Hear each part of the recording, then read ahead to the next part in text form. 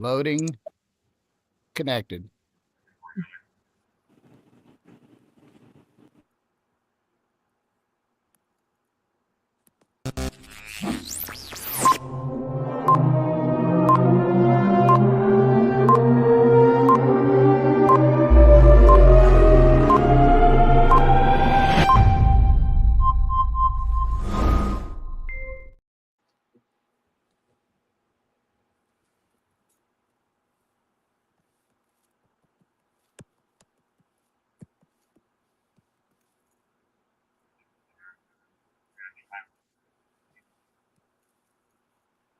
I assume we are live. If somebody can verify, that'd be wonderful. Yes, I already posted. And it's not showing up on my end at all.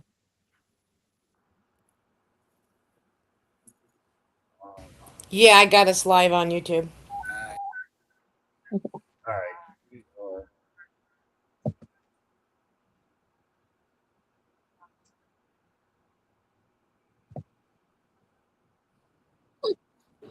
I got it now.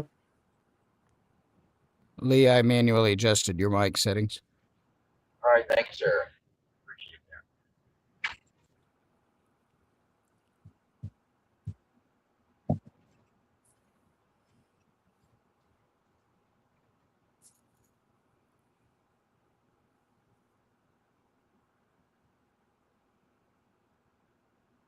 Oh, wait.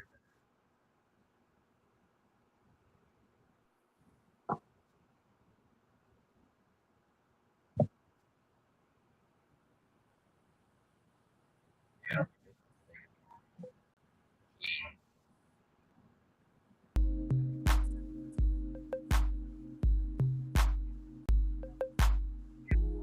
We already have 28 watching. Okay. All right, folks. There has been flooding taking place in Kentucky. We just got reports that there are houses that have been floating down the river and all kinds of other crazy things going on down here. We're going to try to get there. The issue that we've had thus far is the roads are already flooded between here and there. I have already been on roads that have 2 foot of water standing on the side, and I had to go up on the other side of the road to stay out of the water. It's absolutely insane. One side of the road already had water ponding up onto it like that. And that was just on a back road, so I'm hoping that the interstate is going to be better than the back roads that I was on, but still got to be cautious. Go slow. We're going to go evaluate what we're up against here tonight.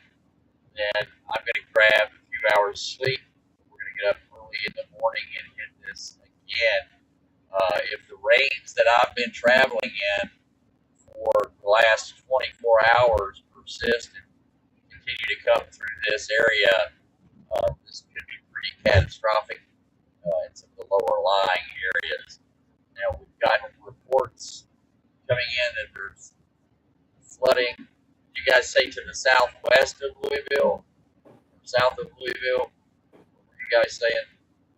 It's south of. It's what? South of Louisville. Okay, yeah, due south of Louisville. So, we've got some connections down here in Kentucky. So, what we're going to do is survey our way down to determine what, when, where, why, and how of what's going on, and then charge up the batteries and take off again first thing in the morning. Basically at first light, once we assess where the worst damage is. If it's still moving through and hasn't gotten into certain areas yet, if possible, we'll try to get ahead of it, and then we can see it as it moves through. Find out as we continue on. I've got myself, Racer, and 4 of our mods in here to do research. keep you guys updated on what's going on. I'm about 2 hours out from the final location, but we can run across flooding and hear pretty much anywhere. There's an air evac helicopter being called out right now.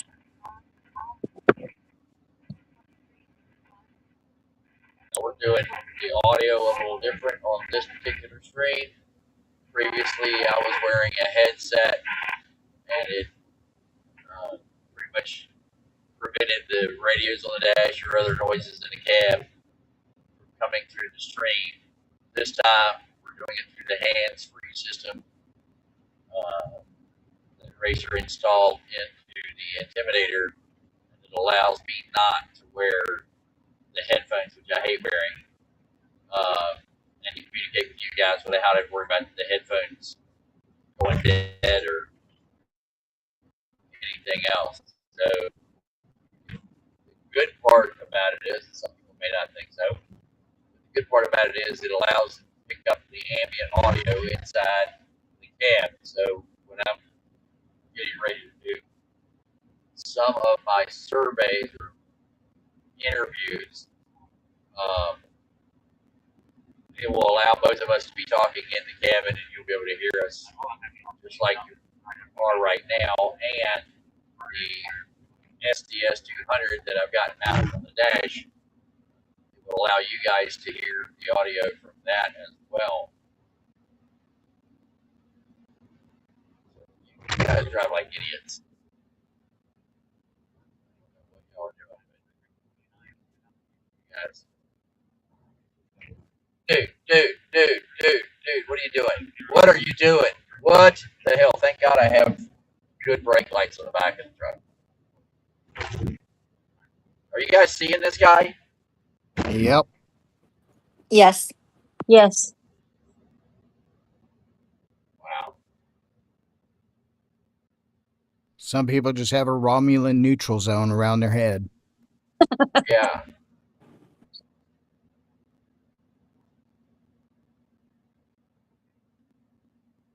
Yes, unfortunately, you're in Romulan country. Dun, dun, dun. Some of these guys, I think they removed cerebral cortex and replaced it with fecal matter.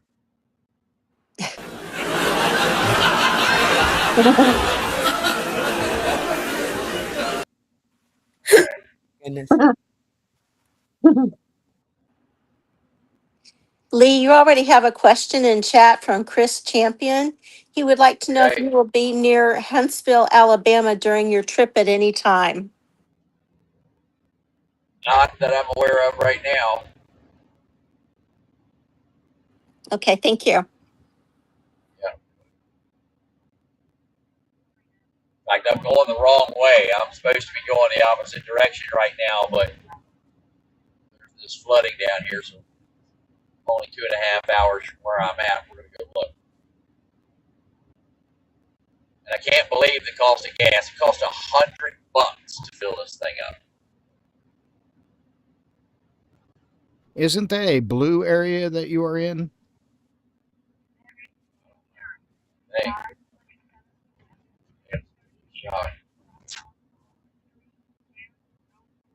High tax bracket area?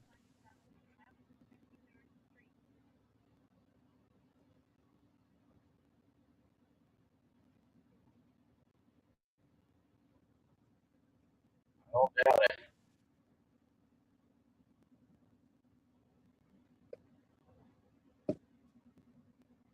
Well, don't worry about the stream. It looks good. Sounds pretty good. I think we're all good. If anybody's got any plaints, please post them in chat.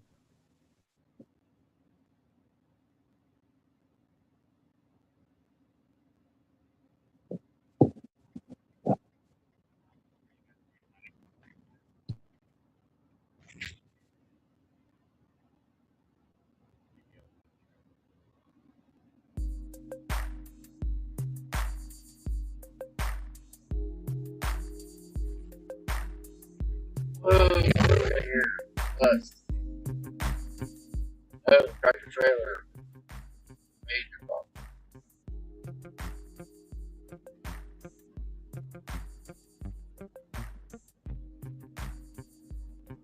right, welcome to Cincinnati. Home of WKRP.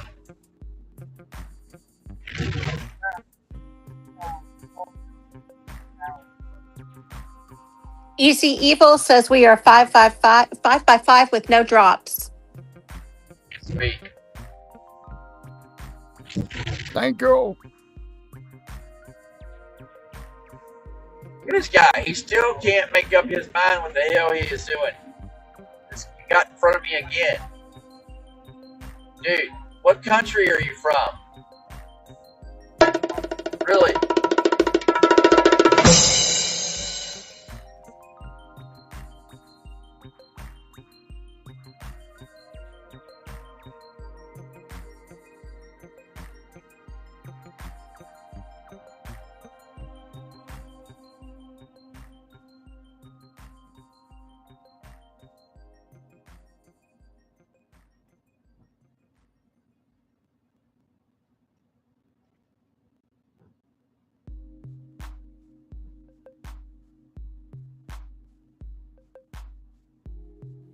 Hey, Ray, so did you see Ada's comment that there's some static when Lee talks?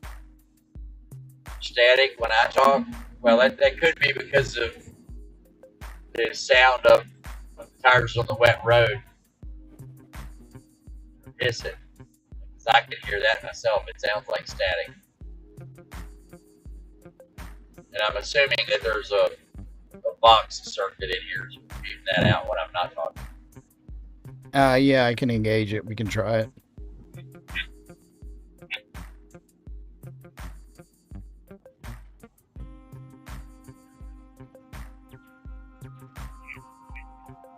Okay, it's now engaged. What did you engage? Box? Yeah, noise cancellation. Oh. Told you, Lee, there's one thing that van is missing. We need to put it right under the hood with the horns facing forward, so when somebody does something stupid in front of you, you can really light them up. That'd be great. Or just an unbelievably loud ooga horn. Yeah, well, we'll do the freight train horn. We just got to show everybody the content so everybody loves it. Make it worthwhile. Yeah, one of those big old The diesel other thing locomotives. I want to do is I want to put real bumpers on this thing. I need a light bar across the top and the front. So that in dark areas, if I want to light them up, I can flip a switch and do that. And then I want a real bumper in the front with a winch and a rear bumper, a real bumper on the rear. So, Now, when we put that mic in for your center console, is that up and above your visor, or is it still laying on the dash? the mic was on the front of the unit. Okay, yeah, because when you go over a bump, it sounds like somebody crushes a bunch of cans with a bag of potato chips. Oh, well, then stop down here and I'll find it. I thought we were using the hole in front of the dash. That's not it. But when you talk in a normal loud tone, it sounds fine. Okay. See if I can find it. I've already put 4% into the pack, so we're good on card. If y'all have trouble hearing them, let me know. It is a little difficult. Is it? Yeah. Yeah, you seem really distant. Okay. Try it now. Alright, check this. 1, 2, 3, 4, 5, 5, 4, 3, 2, 1. Does that help? Audio. It's about the same. Okay. Hello? Y'all are Alright, just go used to ahead. him having a microphone right there at his mouth.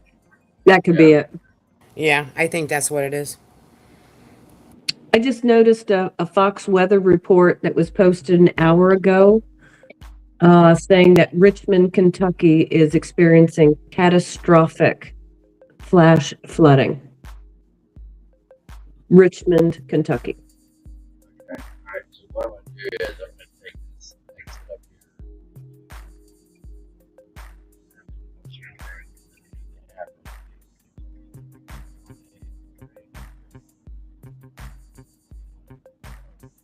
Yeah, if he goes straight down on 79, that'd run right into it. 75, you mean? It's south of Lexington. 71. I think that's 75, yeah. 71. 71's taking you back towards Louisville. 75 is taking you straight down towards Lexington and then Richmond. I got to get back over to 75. Coming out of Cincinnati to go back. Yeah, once you get on the other side of Florence, you should run into it. Yeah, it's a direct route south.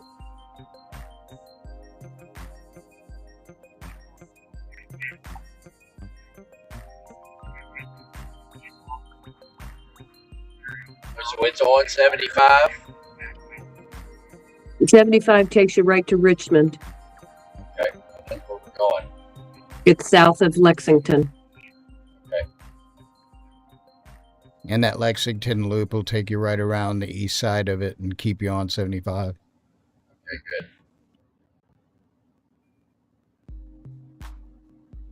good. You've got about 48 people in the chat. All right, welcome everybody. There is catastrophic flooding taking place in Richmond, Kentucky, and we are en route. And when we get closer down here, we'll get everything set up. Go live. This guy, this forward tractor trailer. And remind me when you get back to Texas to install some chitty chitty bang bang flotation devices around the van. Yep.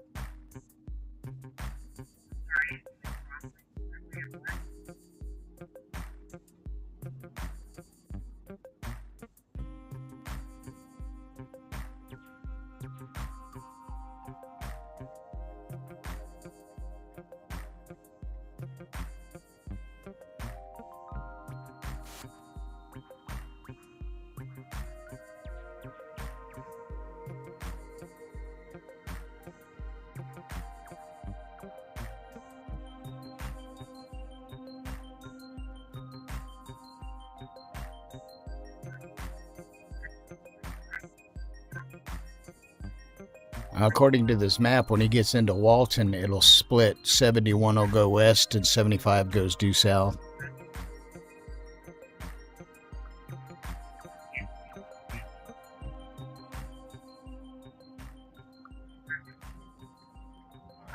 Take this exit right here. Both of my GPS is going to the same place.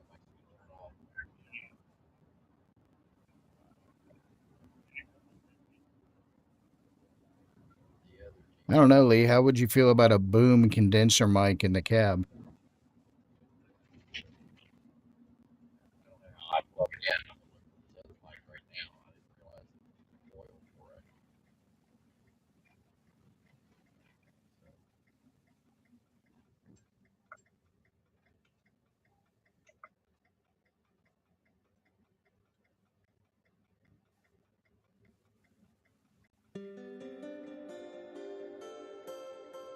If that background music gets too loud, let me know.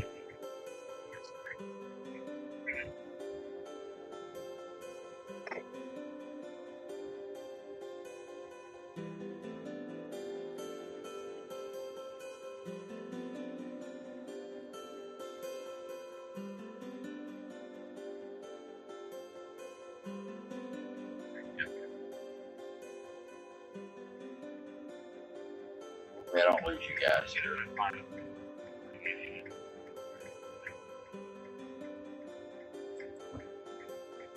All right, good. Hey.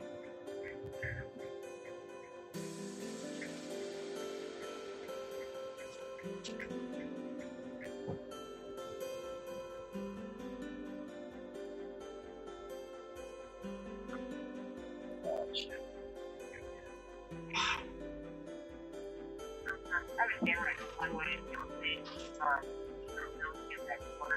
Lee, one of the people would like to know if your mic is voice activated. I don't know. This is the first time we've ever used it. It is not voice activated. It's got noise canceling on it and echo cancellation.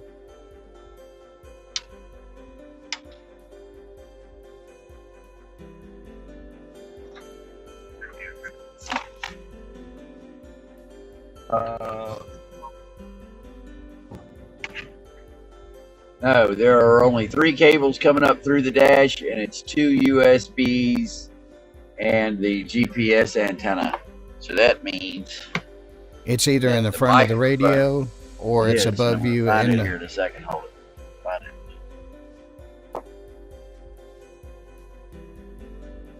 Well, if you know where it is, you can always talk in that direction.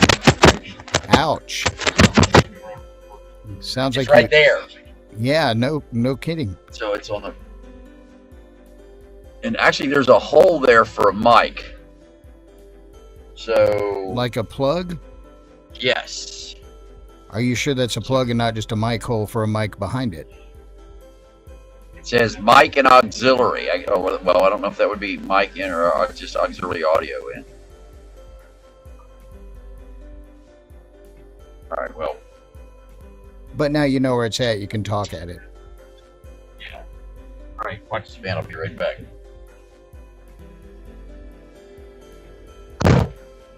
We will watch over the machine.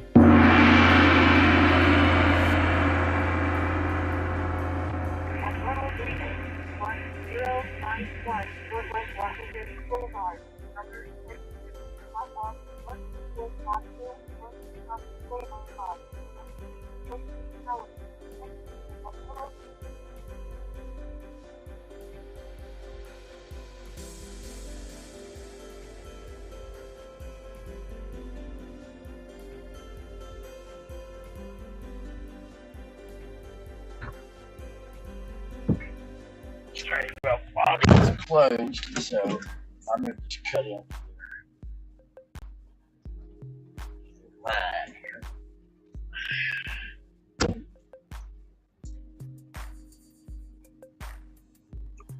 I thought you were running in there to get some pink slime.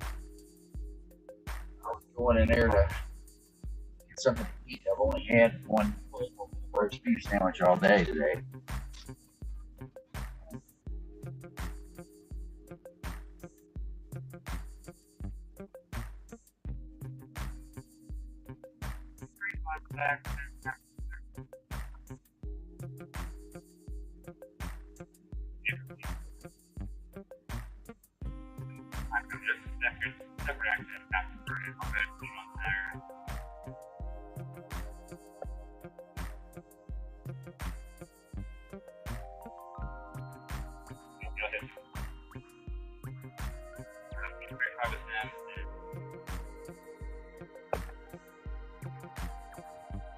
Are you hearing that background music at all? Yeah. Okay, and it's not too loud because it's just supposed to be a little bit of background noise. Right.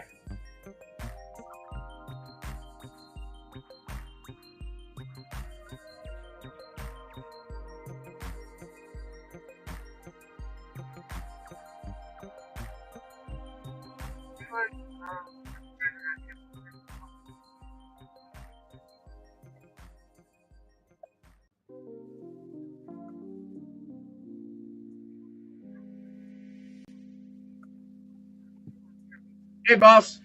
Hey, can you tell them I'm cutting in here because I can't get through there?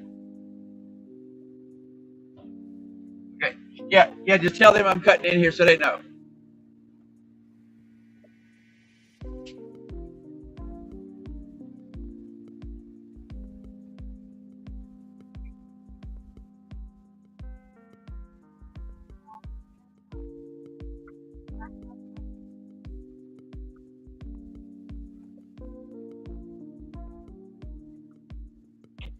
I can't get through your drive-through. Can you get me a double fish and a medium Dr. Pepper with light ice? Dr. Pepper light ice?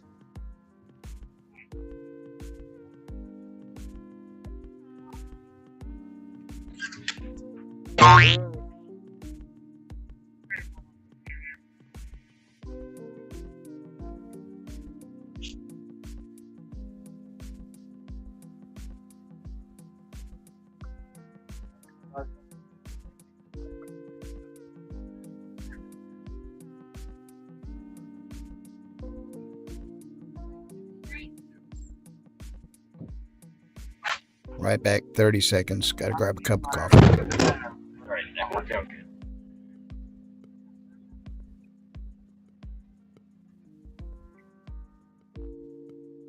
Lee, I'll be right back. I got to grab a cup of coffee. Okay.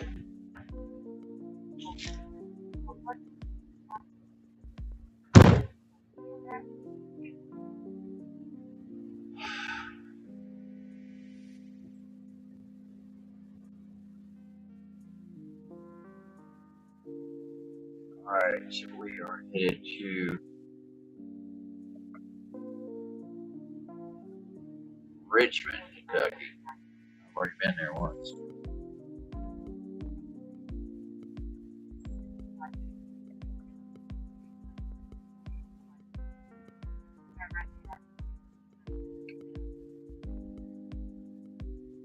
Yeah, I got flood warnings, all kind of flood warnings for the area right now. Multiple confirmed dead. Yeah, I got all kind of stuff here. Yeah, I've seen at least 4 dead.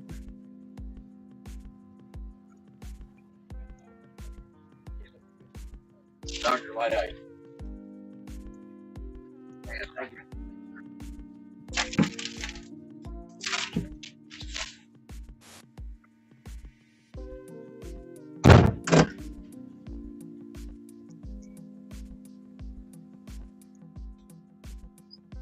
Yeah, I'm seeing cars swept away, buildings swept away, multiple confirmed dead.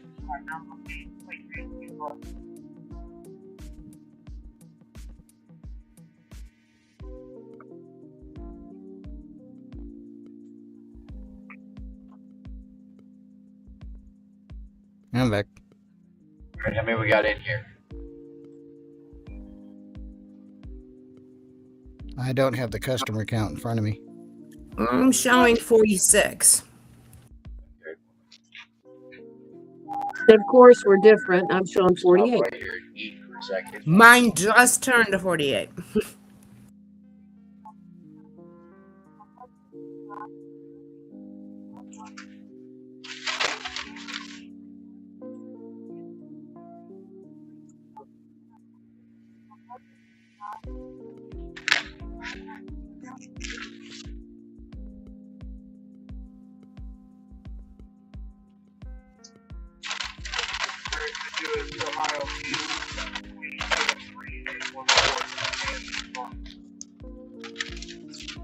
Having trouble folding that map up?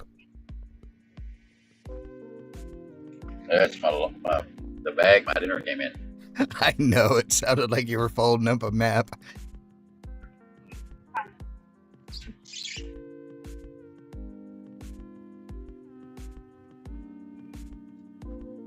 Actually, this is a good one.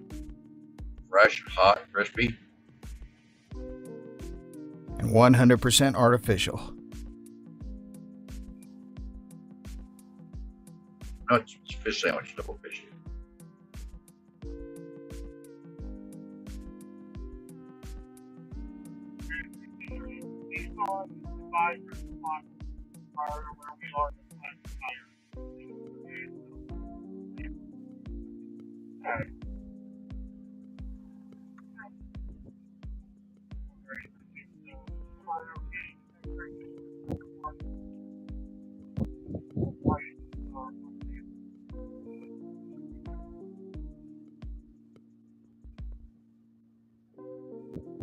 I just thought of something. I'm going to try something in the background here. Oh, God.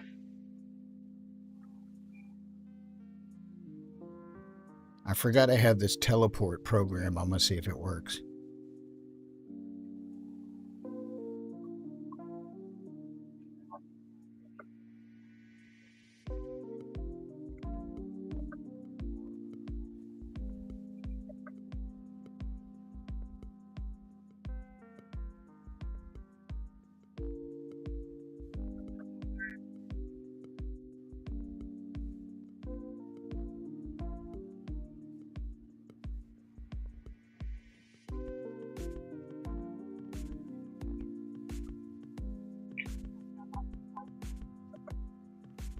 For $1.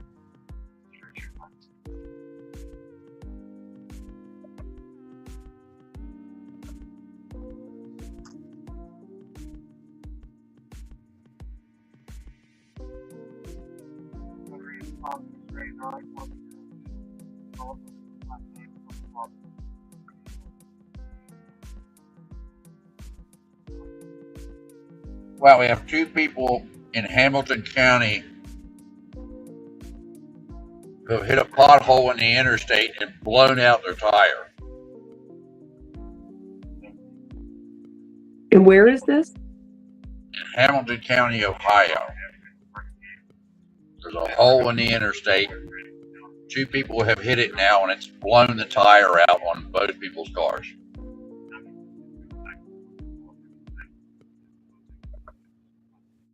The officer announced, I now have two vehicles with blown out tires from this pothole. We're calling to get the state out there for a minute. The governor of Kentucky has declared a state of emergency.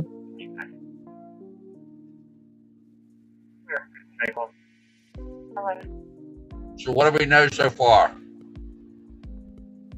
I know 4 people are dead, and the governor's announced a state of emergency.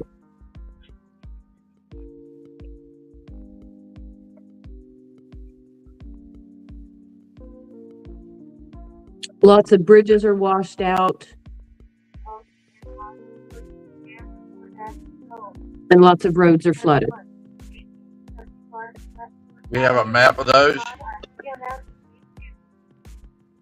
I just Can have we a go on- general.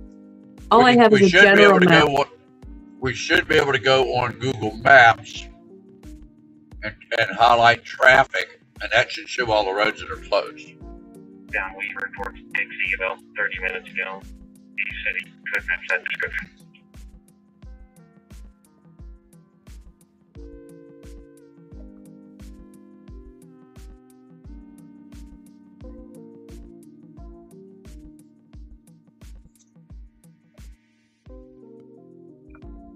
I heard a barricade situation one time over my radio, and I knew which police department it was, but I had no idea in this city where the barricade was. So I pulled up Google Maps and found a city block that was closed down. And when I pulled in across the street, I was directly across the street from the police chief. So it led me right to it from the street closures. That's one of the tricks I use.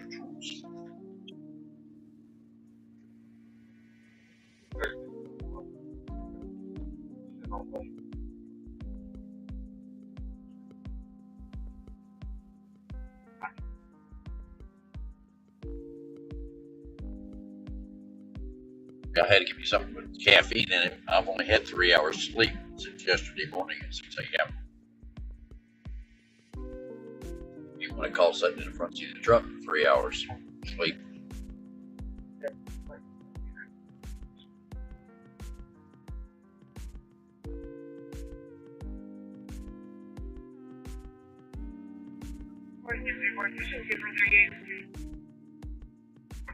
Oh yeah, look at all this flooding south of Lexington, y'all. South of Louisville. All those red dots are floods. That one red dot is right on 75. Yeah, that's at Central Kentucky floods. That's just south of Richmond. And if you look to the east of Richmond, you'll see a little bit of a yellow. Yeah. That's, I think, flooding. All right, I got an echo on the storm. We have an echo on you. No, it's because my mic's left on. I'm sorry. Yes, ma'am. 3843, Can't get any more 35, headset. please. Got earbuds and everything.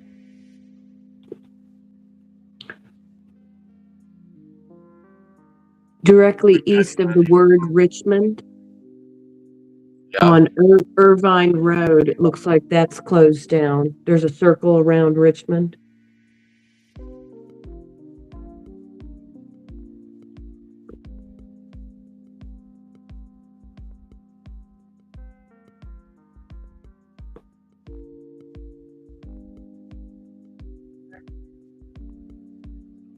What are all of those white shed things out all over that field.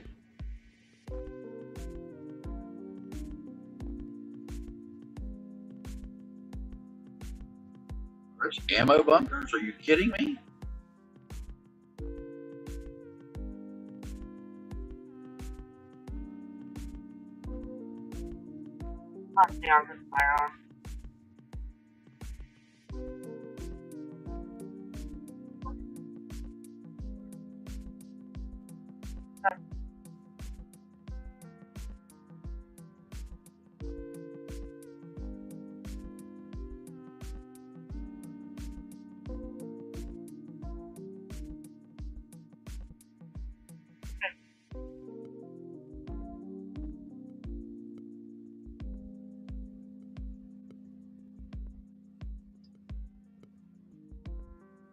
I had no idea there was such an ammo bunker east of Richmond, Kentucky. That is freaking huge.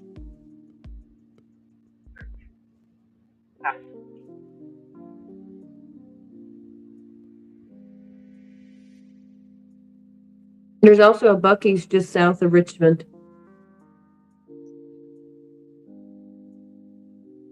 A Buc-ee's? Apparently so.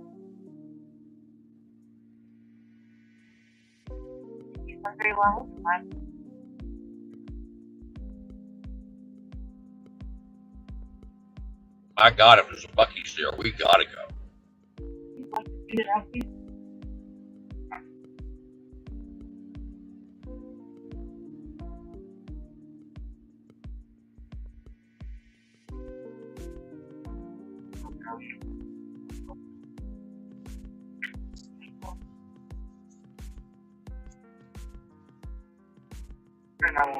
Not to mention Corey, it was from a 911 only phone. This was a phase 2 location. Oh, if it was an accident, there was that holler in the background. Try the questioner issue.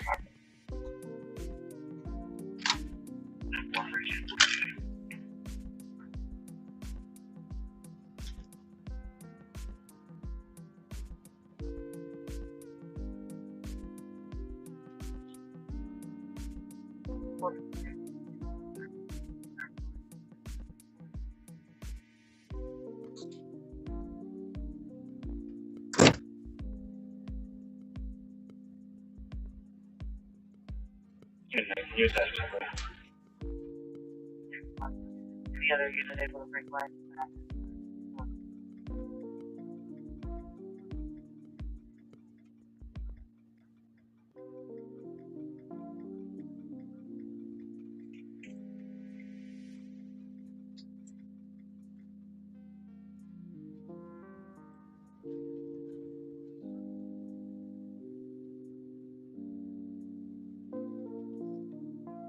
It's showing flooding occurring right now due east of you.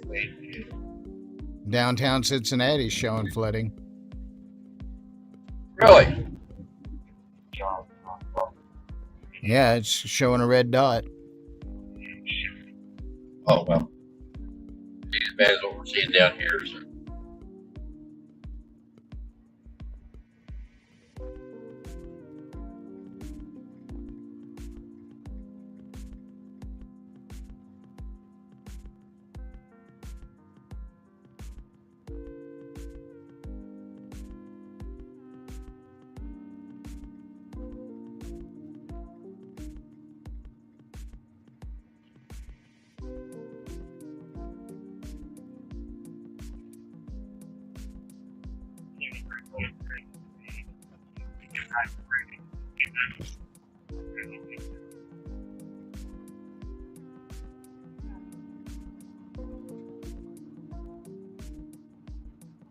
All right, we're stroking now.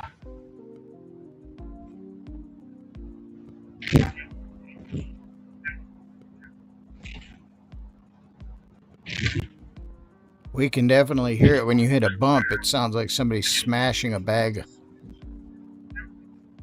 Do what? So we can definitely tell when you hit a bump. It sounds like somebody smashing a bag against a dash.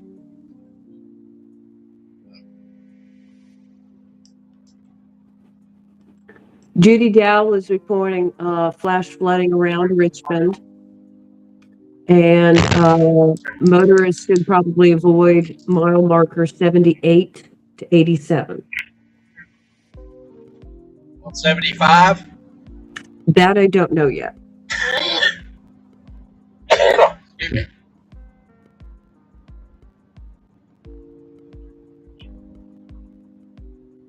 I would think that would be us. Mile marker 78 and what? 78 to 87. Okay. That's out of the way from you right now. 175. No, if you stay on 75 going south, it's going to take you right into Richmond. You'll be able to get straight to it. Right, but it's 75 and 87 or whatever she just said that there's flooding. That's going to be across I-75. I think is what she's saying. No, she was talking about flooding occurring in the area of 78 and another road. No, that's not right. I'm just reading it the way Judy wrote it. She just said motorists near Richmond, mile marker 78, all the way through to mile marker 87 have reported flooding, but I don't see which road. Then I would think it would be 75 because that's. I would, but Yeah. I can't. Yeah. Well, I'm sure she'll update us.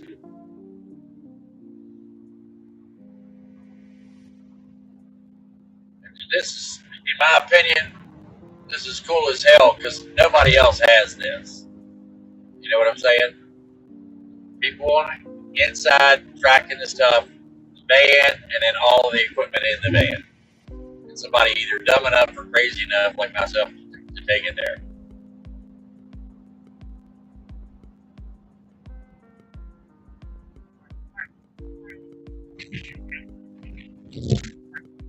I love it when the plan comes through.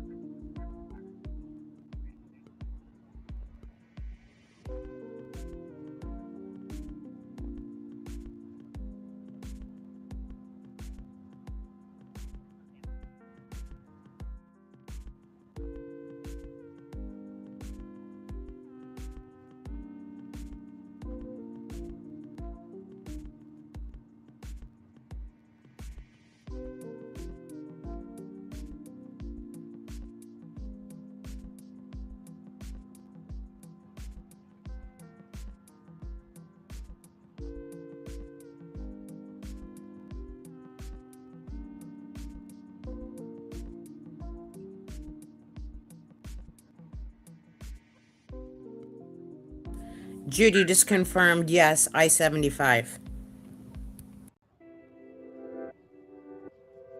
Okay, and that was from mile marker 75 to 87? 78 to 87. 78 to 87. So that's 9 miles. Wonder if that's down next to the lake.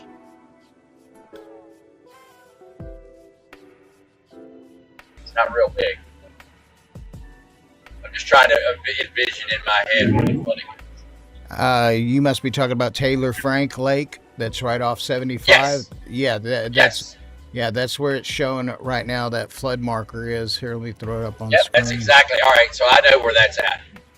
Yeah, In fact, I searched around that lake for the shooter when I was down here 2 years ago. Oh, I remember that. I've covered 100 miles of interstate up and down through here. I spent a week out here looking for the guy. Come to find out he fell off the cliff and died. You're not too far from that anywhere. But You're not too far from there anyway. right. That's just on the other side of Lexington.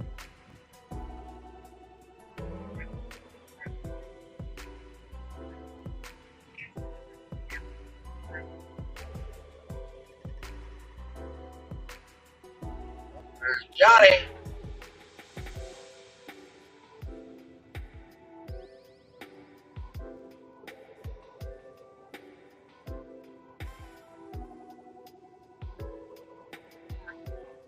Oh, they're going to take him 1, 2, 3 cars. 4 cars, 5 cars.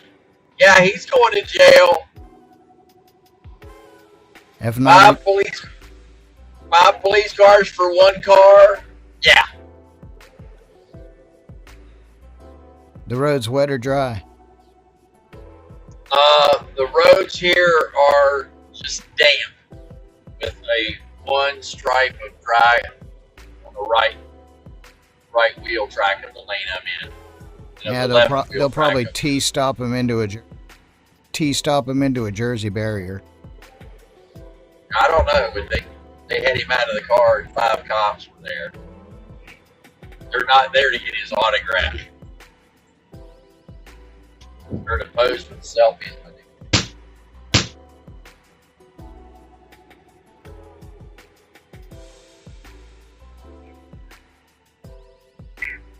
Okay, I found the mile marker section. It's you'll actually have to pass by the Buc-ee's. It's a distance pass. It's south of Richmond, I can't go anywhere with that bike. and it's close to a town called White's, like the color white. I told you guys about Buc-ee's inviting me to their grand opening, didn't I? No, we just had a Did I new. tell you about that? Yeah, they sent me an email on the 27th and said we'd like to have you here and broadcast live for our opening on the grand opening on the 25th.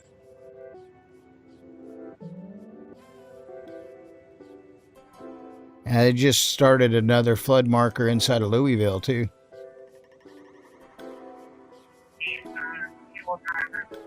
Did anybody get that? I think everybody's map hunting.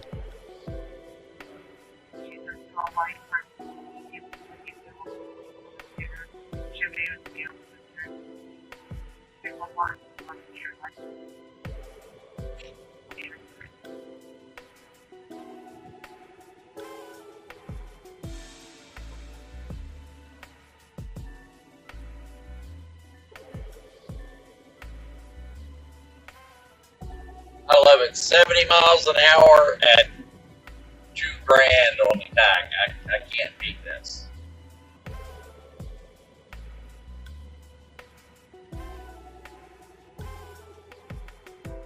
Looks like the roads are a little smoother there. Oh yeah, there's a lot smoother and they're drying up here, so that's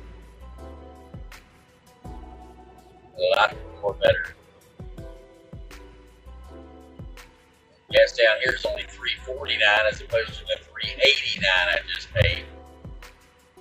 I can't believe how the prices are all over the place. That's because nobody knows what they really are.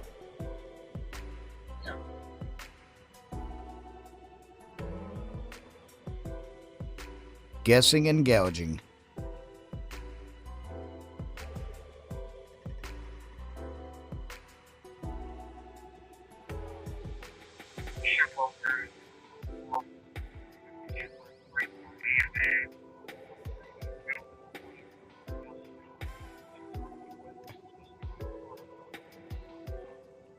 I'm sorry about that, Yorkie. I didn't know that you had left the stage. You're back on the stage, so you can be heard now, Yorkie. Okay, thank you. I'm sorry. I was have to look over at that monitor, and I saw your little thing flashing. I need to get a sound bite from the song "Stroking." I'm doing that down the road here, stroking it. But stroking. Yeah, I just need that line and a little bit behind it, as long as it's under 8 seconds. Oops, Yorkie disappeared again. What are you doing to her, man? Come on. You didn't do anything. Smack yourself.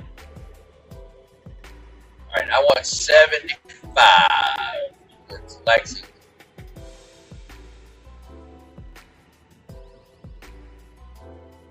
She's back. We currently have 63 in the chat. Racer, isn't there a way that I can share my desktop audio? Like if I was sharing a video with you, that you could pull the desktop audio?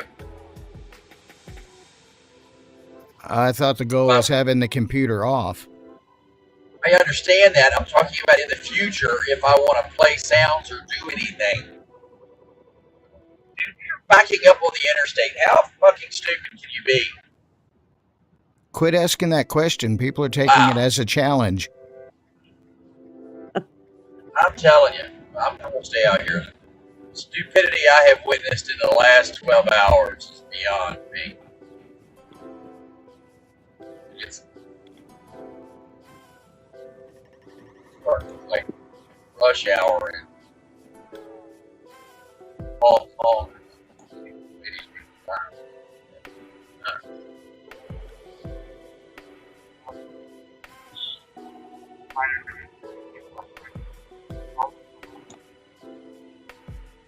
All right, so you guys look up Broadcastify, Scanner Radio, and all of that stuff.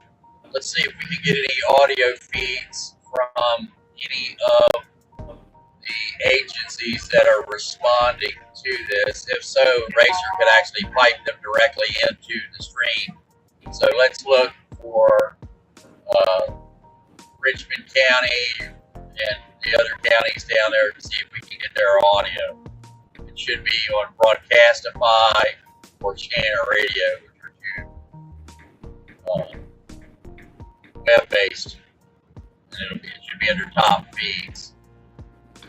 If I'm not mistaken, I think Richmond's, could be wrong, I was wrong once. I found out I was mistaken. But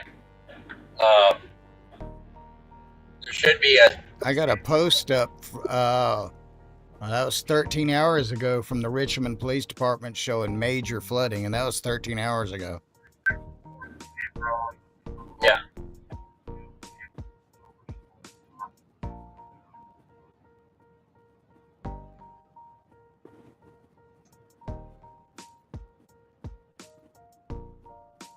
Madison County Emergency Services. Okay, and how busy are they?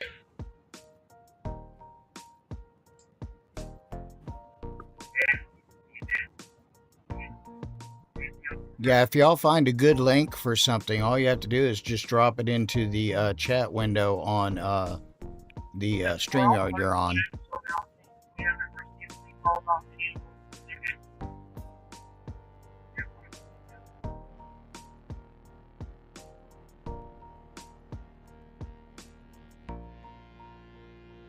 What we got in the chat? I'm showing 56. All right, where's everybody from? Name the state, city, or the state if you want, or country if it's a small country.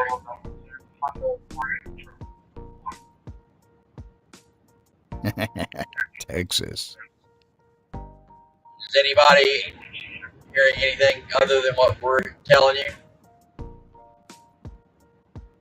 Put it in the chat.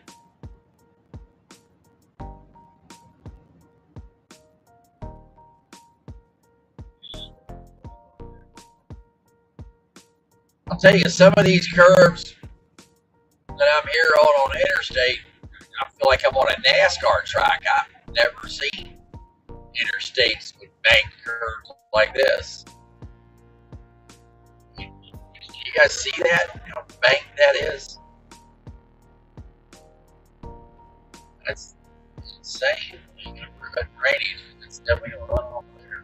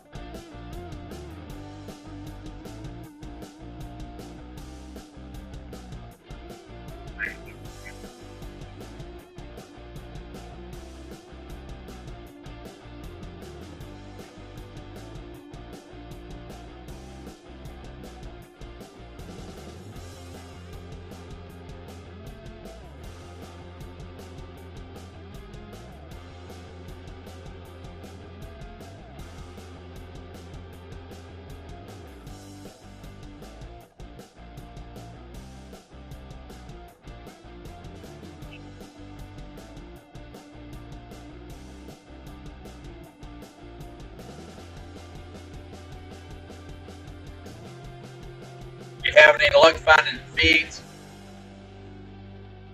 I'm not finding any in Kentucky that have a large number of people listening. I've got Louisville Metro PD. They only have 94 people. A lot of people may not realize that this is taking place right now. So if there's 94 people listening to it, there's a pretty good chance that's a good one. So send that to Racer. Which one is that? That's Louisville? Louisville Metro Police. Okay, yeah, no, that's not. Well, it doesn't matter. We got it. It doesn't matter what frequency we're on. We got it. Take it down there. What I'm going to want to do is adjust this volume on this so that you guys can hear it clearly.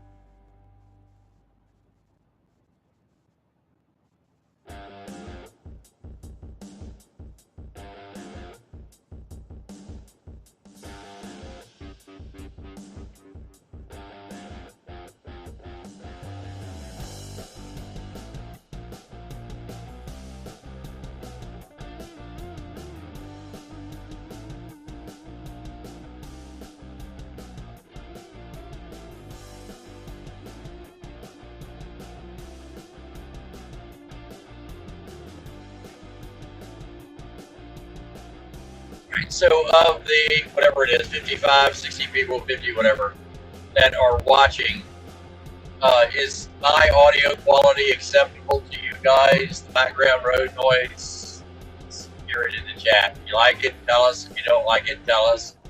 If you don't like it, tell us why.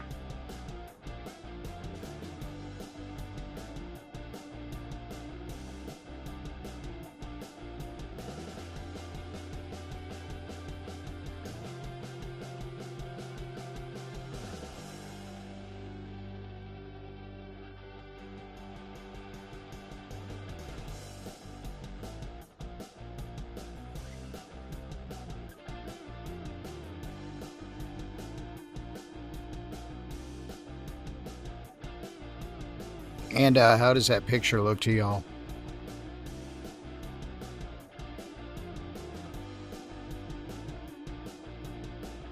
Judy Dow says the audio is fine. Okay.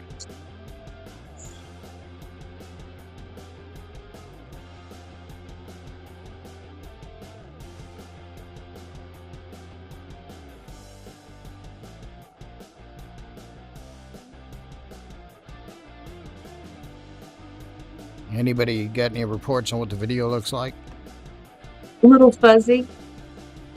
Oh yeah, that's his cameras are wet and dried, and yeah. Yeah, it's raining. Right now. Got my wipers on.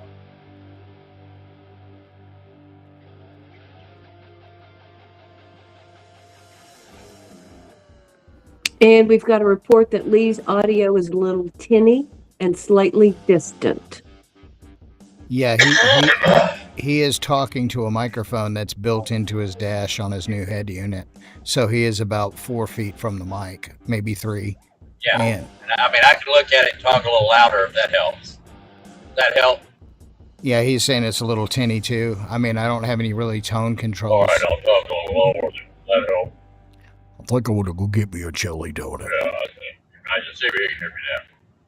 Can you hear me now? Thank you very much.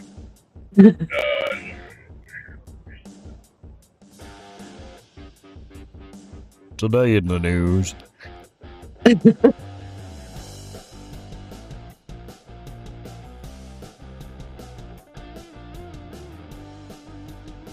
Well, I have to admit that we've traveled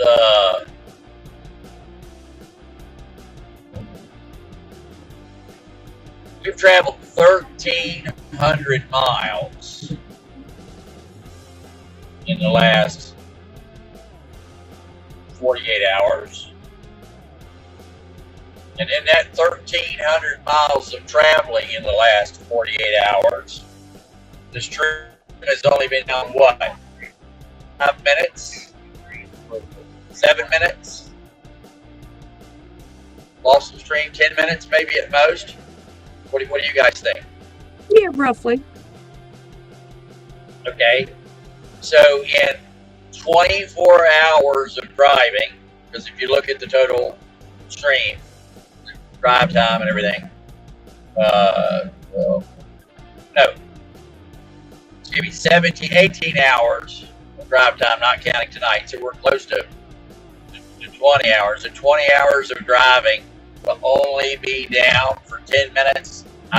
That's fucking exceptional in my opinion. Thanks to everybody that pitched in to purchase the equipment. Thanks to Racer for putting it in and making it work. So, don't reach too far around it, Racer. Get it again.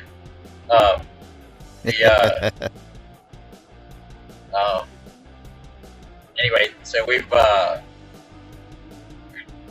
I'm impressed. So, and I'll tell you the same thing that the Crystal Beach fire chief told me in June. I think it was June the 4th of 2001. It was when I was on my way out west to fight fires before I came back, and then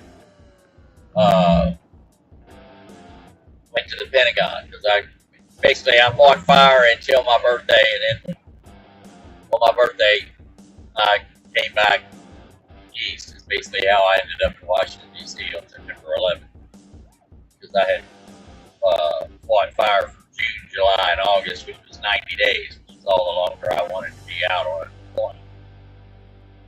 But I had went down and put out a boat that was on fire, and I had waited down there for a week for them to have a substantial call for me to go demonstrate how I could put a fire out, the chemical that I had and the equipment that I had.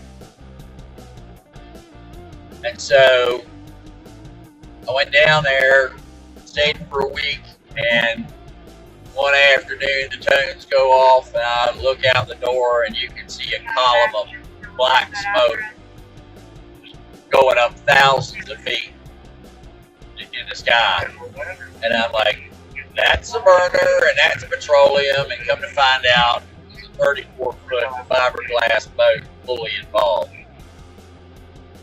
And so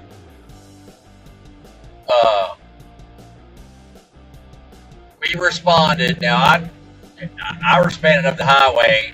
My rig would only go about 40, 45 miles an hour, and they're going up the highway at 70. And so I'm, doing my best to chase them down, but when they're going 70 and I'm going 45, we're definitely making ground. So then when we got to the other end, where they had to go off-road to get to where the boat was tied up, well, that's where things turned around real quick. I was still going 45 and they were going 15. So literally, we all got to the fire at about the same time. And so they didn't pull a line off. The chief says, all right, Wheelbarger, say that stuff's off the shit. Let's see it. So I pulled it off. Pulled off the pressure washer line, knocked the thing down in about 10 or 15 seconds, and I had it all out in under 30 seconds. And so I turned around to the chief, walked over, cut my pump off, I said, well, Chief, what do you think? He said, I will tell you something, son. It takes a hell of a lot to impress me. And you just impressed the hell out of me.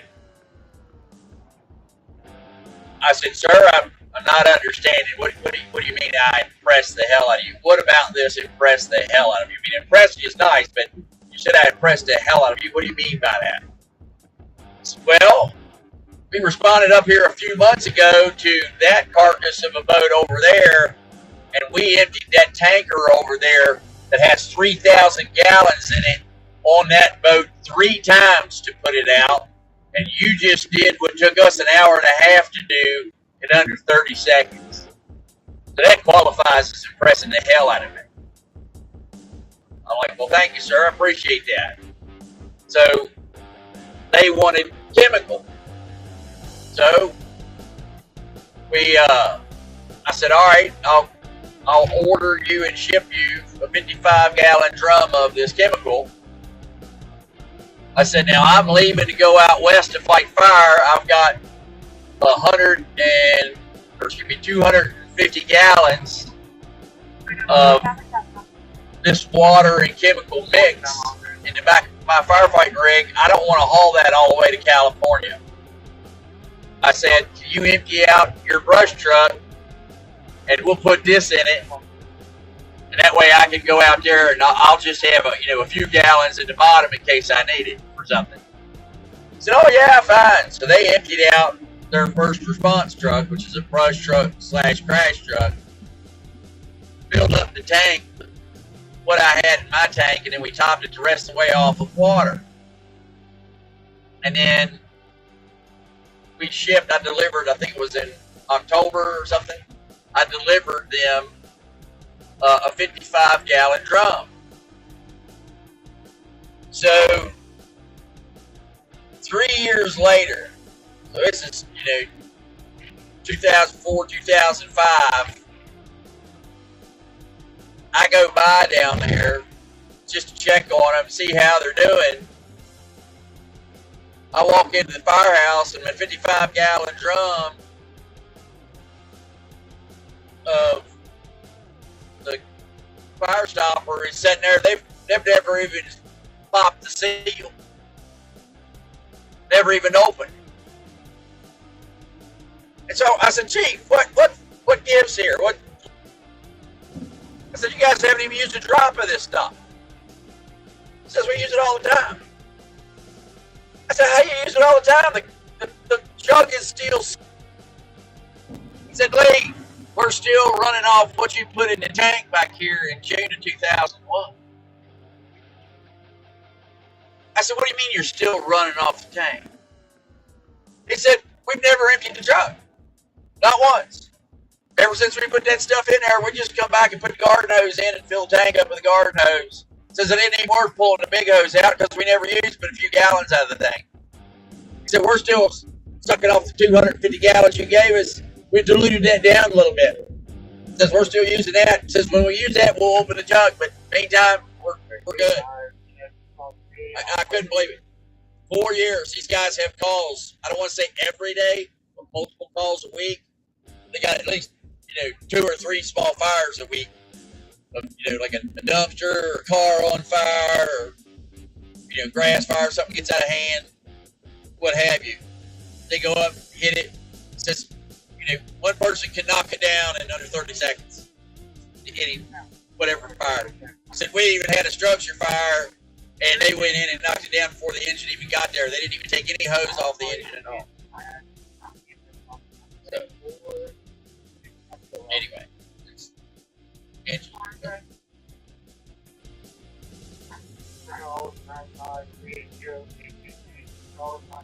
So how are we doing? I got a Kentucky State. We have 57 people watching. Okay, well, welcome people.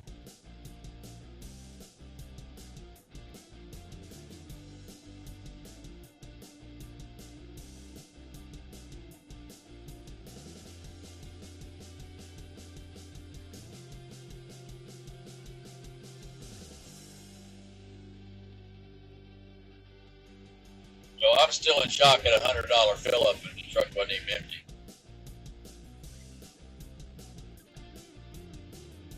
Yeah, what was the price of gas?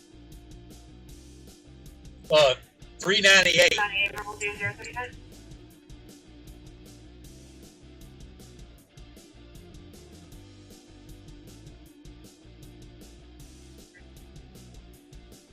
And that was the cash price, and I didn't pay cash. So it was probably $4.05 or something.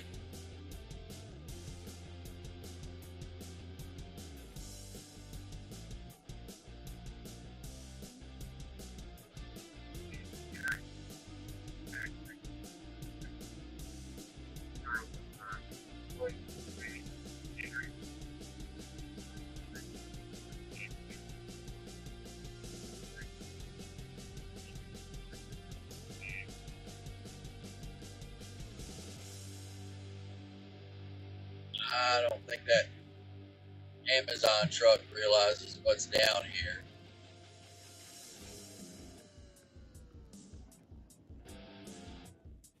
You might be hitting some thunderstorms just south of you.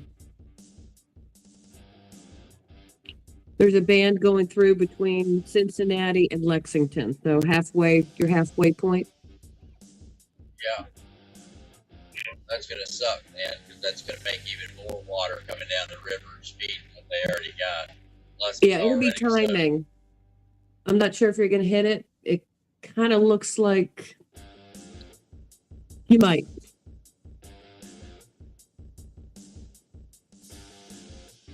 Racer, do you have an accurate map to represent my position?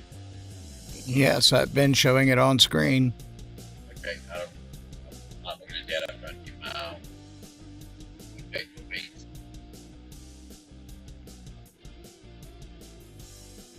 I'm sorry, where was he on that map?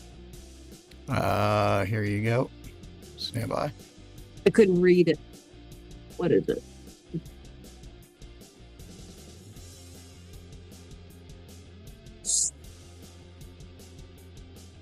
Okay, just up from Banchett, Bianche. He's just north of Lexington. Okay, that's roughly where the storms are going to be going through.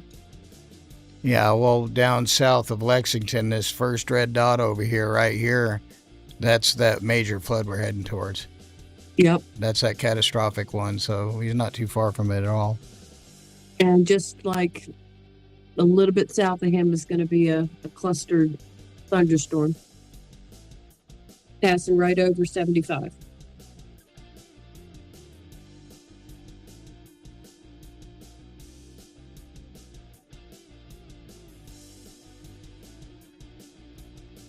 Well, we'll be the first ones there with a live shot, that's for sure.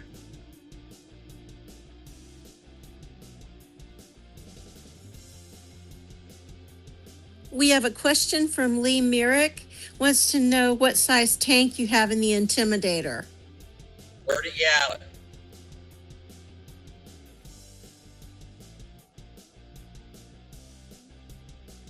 And Demas gave you a $20 donation. All right, thank you, Bemis.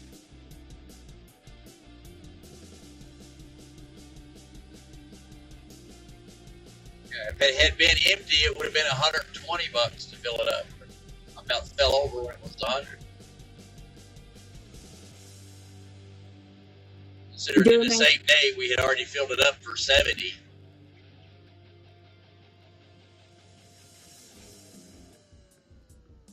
%30 price hike just by driving across the state line. That's insane. It's actually more than 30%. You go from 70 to 100.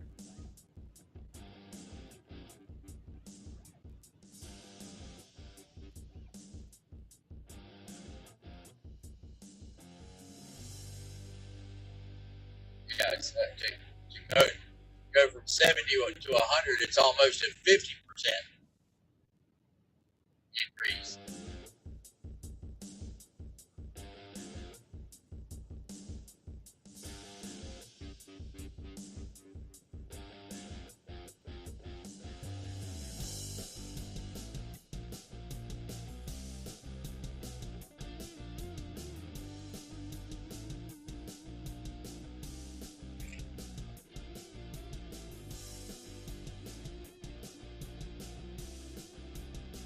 That will be the only cruise there with thermal imagers, the only cruise there with infrared cameras on the masts, the only cruise there with pan view, and the only cruise there.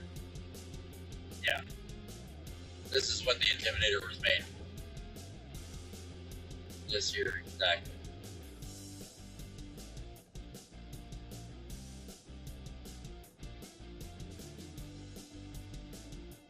Max in the chat. Yes, Yeah, sir. he's here. Okay. I have to mod him later. I can't do it now. I don't even have a computer. Might be able to do it on my phone here. It's not good. It's in shit while I'm driving. This thing's a handful. It's heavy. Very possible flooding. Yep.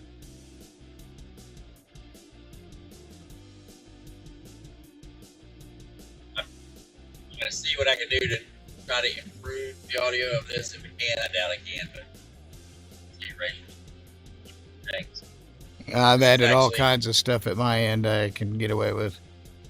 Yeah, this is way better because normally I have to wear headphones and then they run dead all the time and get all kinds of wind noise out of them. I can't hear the scanners, can't hear the fan. I got wearing headphones. Some states that's illegal. So the fact that I can do this in basically a speakerphone format, and one of the other things I can do is I can swap this out instead of using that mic. I've got a clip right over top of my visor.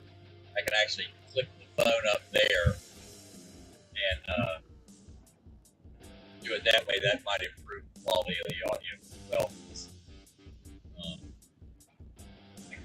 Mic correctly. Try that later. Demes reports that we have thunderstorms here in northeast Tennessee right now, pretty bad. Might lose power. You are headed in my direction. All right, yeah, I'm on 75 years. I don't know what all I'm going to do. I don't remember now. On here. Yeah, we'll start going around the bypass here.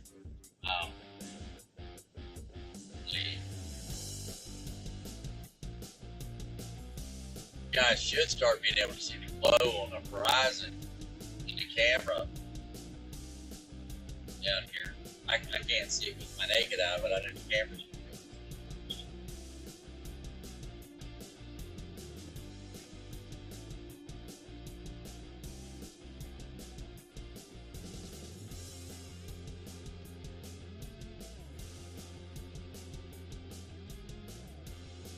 Yeah, dude, you're flying.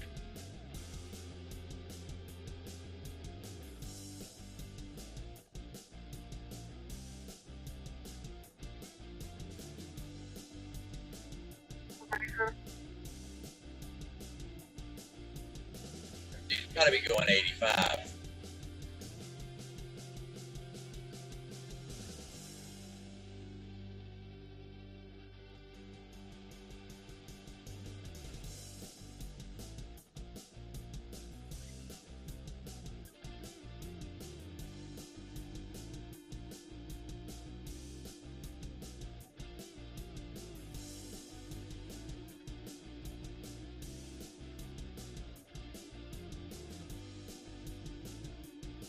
I like that map racer.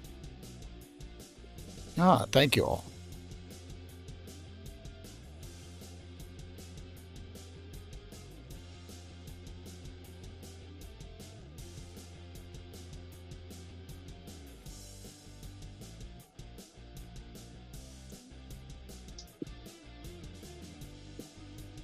One of the persons in the chat is reporting that per their radar, 15 inches of rain fell near Rock Haven, Kentucky.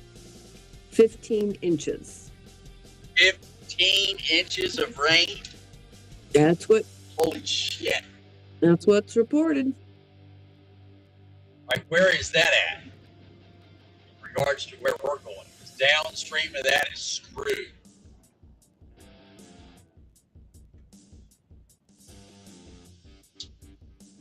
get a rivers and tributary map.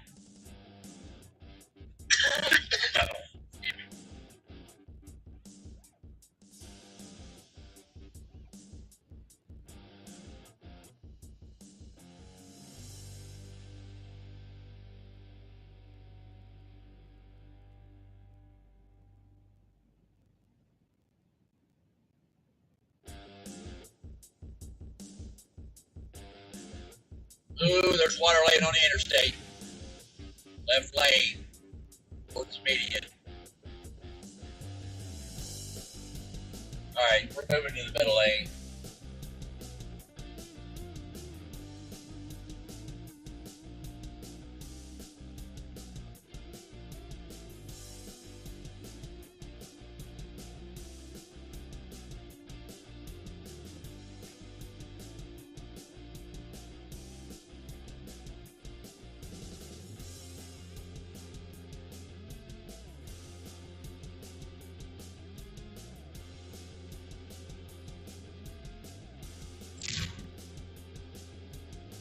Alright. A little bit of driving trivia here, something you should know. When in flooding, why do you try the middle lane? Multiple reasons. See who answers what.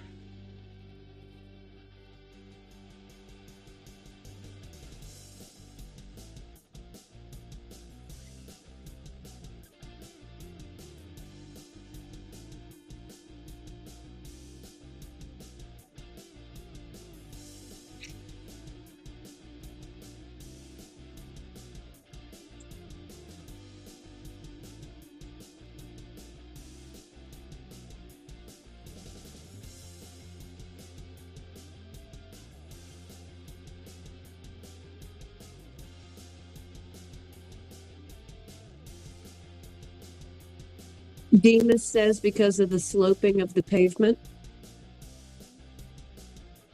That's one reason.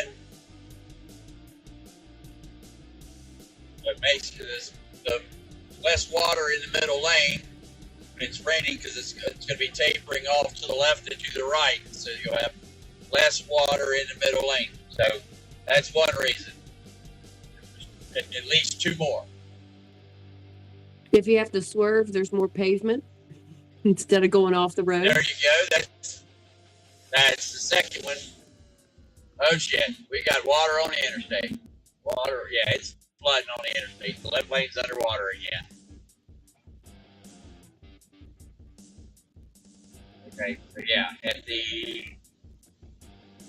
136, the left lane's underwater.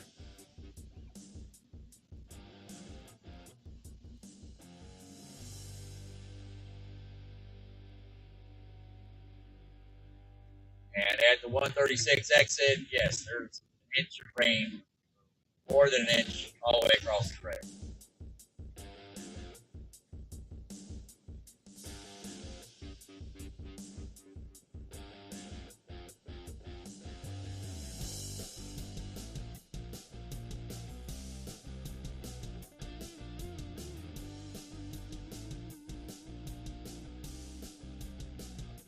And traffic northbound is really sparse compared to what it was. So I think they may be having some issues northbound as well. And I've got no traffic southbound.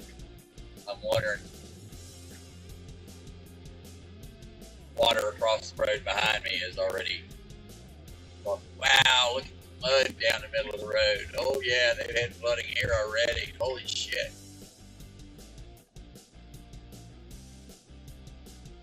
And you've got good tires? Excuse me? Do you have good tires? Oh yeah, I got big old fat commando tires. I got off-road, all-terrain. He's got KLW tactical tires. That's right. Tactical I got KLW tactical tires. I chased Jeeps up through the roads around Area 51.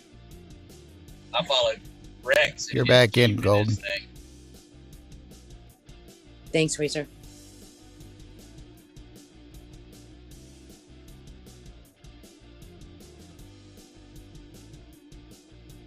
Never leave home without them. KLW Tactical Socks and KLW Tactical Sock Tires. No, just tactical tire.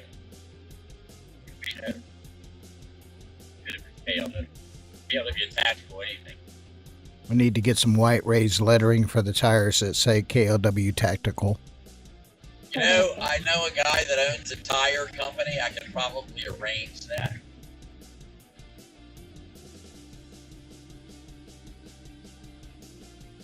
Just come out with your own tactical sock dress line. Yeah, so, all right, there's already been massive flooding here. I've got gravel, dirt, and mud all the way across the road for the medium strip. You can see the stripes going across of the mud. We've already had flooding coming out of the medium strip. We currently have 67 in chat.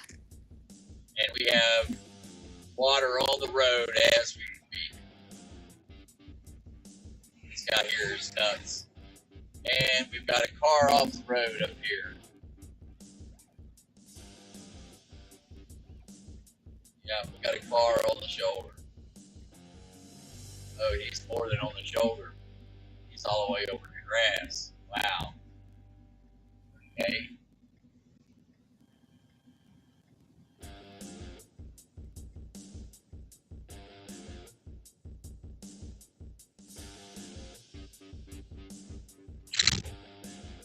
One of the chatters is reporting that most of the rain around Richmond, Kentucky fell to the west of Richmond, and it was around 8 inches. Okay, and what rivers is that contributing into? You can watch those rivers going south and then heavy rains around those rivers. That is going to be around the Trailer Fork River and Trailer Fork Lake. Oh, that's exactly where the flooding is that we talked about earlier. Yes. That's the lake where I hunted for that guy that was shooting people on the interstate. I know exactly where that is. Yeah, that's going to be underwater. And that interstate right there, probably only, that's flooded. There may only be one lane going southbound around that lake where it dips down through on the northeast corner. I think it's the northeast corner of the lake.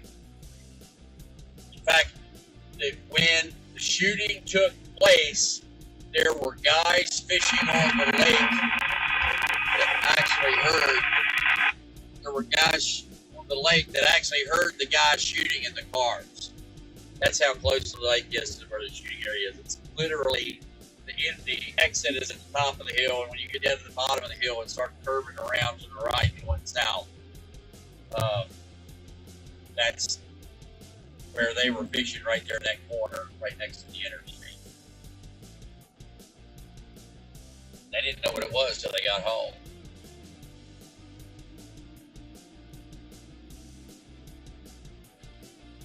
Good luck explaining that to the insurance company. Yeah.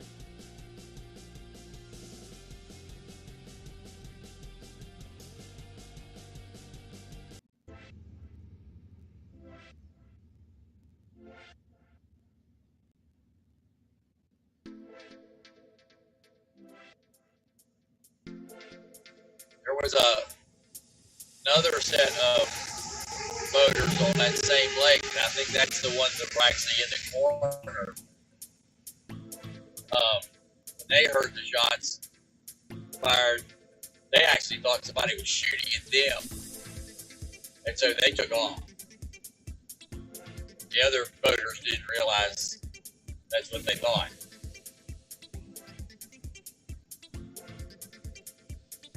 And then there was I had to look on the map and show you, but there was another area up in there where the boaters told everybody to get out because there's people shooting.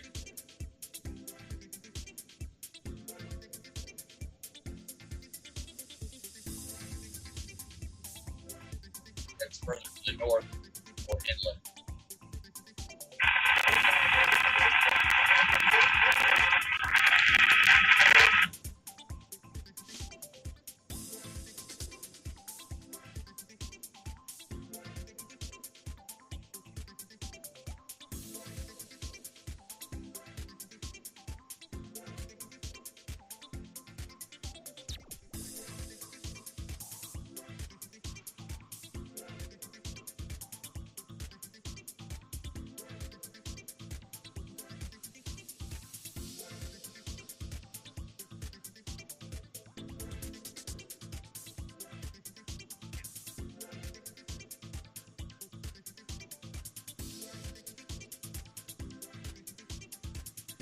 Yeah, Richmond definitely showing flooding. You can show that on my map.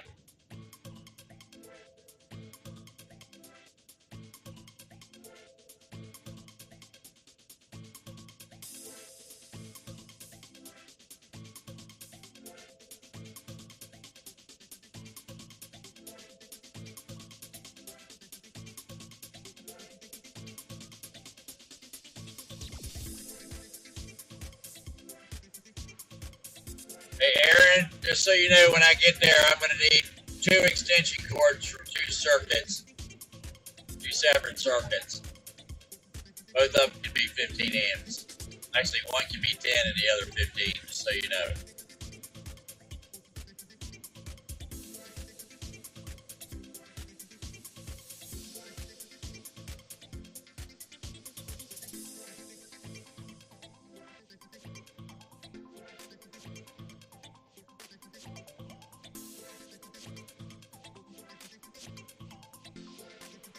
Oh, wow. A bunch more dots just came up. As in flooding, you mean? Yeah. The number of dots on the screen just doubled when I clicked off it. Now it's even more. Everything southwest in between Louisville and Lexington is starting to show flood. Yeah, it seemed like they were slow getting some of that stuff populated on the map. Well, it is Saturday night, and they probably have a skeleton crew. Now, Sunday, so it's not like it's a flood on a Thursday afternoon. They don't. National Weather Service is, let's just say, I'm not impressed with what they've done. There's been some funding cuts, and in protest to those funding cuts, people tend to be working less than normal. There's more than enough people employed in the National Weather Service still to this day to be able to put out the notices. And it just seemed like they're a whole lot slower coming. Kind of done to make it look like the budget cuts were worse than they were. They actually are. I mean, it's like the FCC. The FCC database operates 24/7, 365, basically no support. It's a database. You don't need to have somebody there to monitor it 24 hours a day because it's just pulling data. Bomb Iran, Lee in Richmond, the Verizon phone story, a meteorologist has a picture of a whole intersection full of water with a car underwater. And this is in Richmond.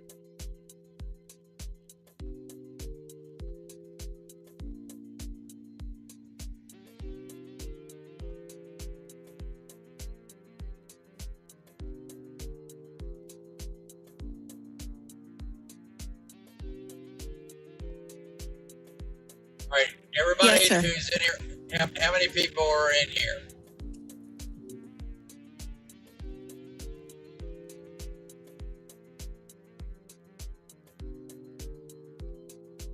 You can see that. How many people are in the watching the stream right now? 63. All right, I'm going to ask all 63 of y'all to share this stream out with flooding in Kentucky emergency. The state of Kentucky. It shows 65 now. All right, the state of Kentucky has already declared an emergency. We have flooding ongoing as we speak, and it's only going to get worse because the rain hasn't stopped. So we're heading straight into that flooding. Where did you say the GTE store in Richmond? Or the what store was it? Or store, excuse me.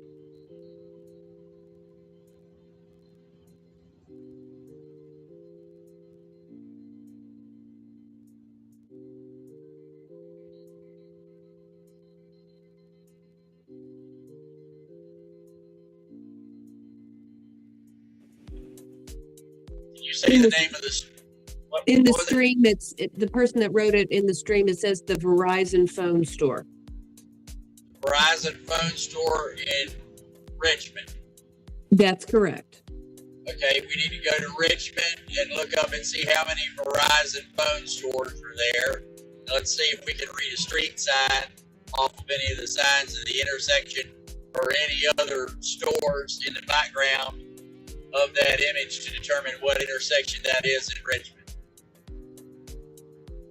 And then what we need to do is we need to get a heat map for the altitude of Richmond, Kentucky, so we know what the high spots are. So if the flooding gets worse, we know where we need to go.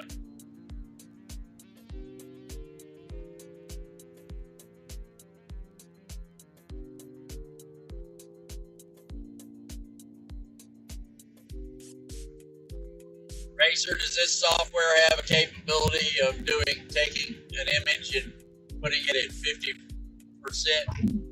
opaqueness and blending two together in Fusion, or no? No, I'd have to do that manually in OBS. All right. I see two Verizon stores in Richmond. One's on the east side, Okay. one's on the west. Which one's near a river? The one on the west is close to the Taylor Fork Lake that we had talked about a few minutes ago. Okay, then that's where we're at. It's enough of a distance away though, but it's on that side. Well, the worst part about it is the way it's cut through there, it ain't got nowhere to go. So you get a lot of rain, the water's going to come up because there's no width to any of the channels. There's no big, wide, flat spots. It's ravine, and valley. In the valleys, they've made it, it's a decent sized valley. They already turned it into a lake.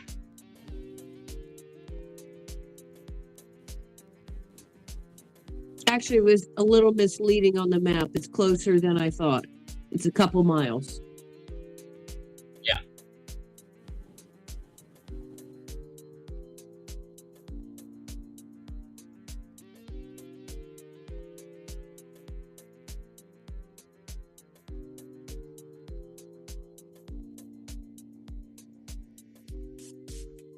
What we'll do when we get down here is we have floodlights on both sides. I love it, floodlights. For the flood, and we can turn those lights on both sides of the van so as it will illuminate everything on both sides of the road. Be able to see what's going on all the way around.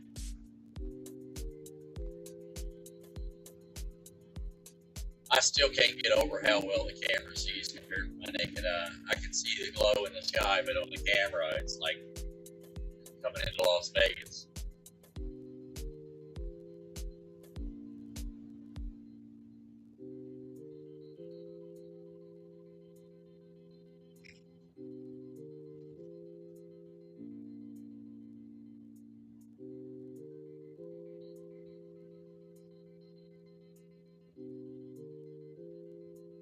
Wow, we got a little bit of wind here.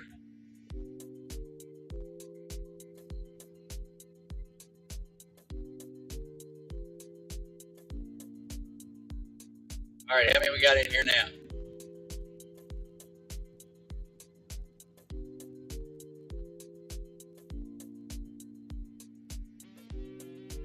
I'm showing 59. All right. I see how they did me. They left, didn't share it out.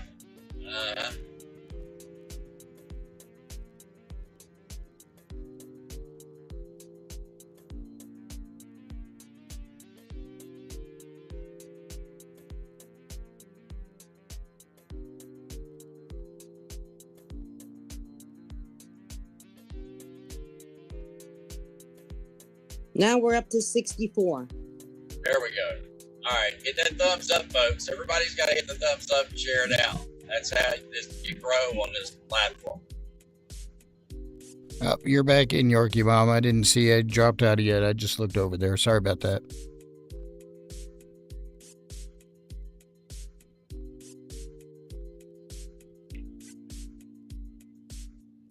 Isn't one of our mods not too far from here? From there, where this flooding is taking place? Burmax is 45 miles away. But we had some other people down in this area.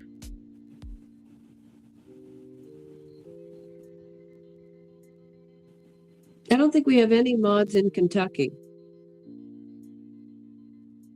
Okay. No, we need Betta. some. Betta is in Tennessee, but I don't think we have anybody in Kentucky.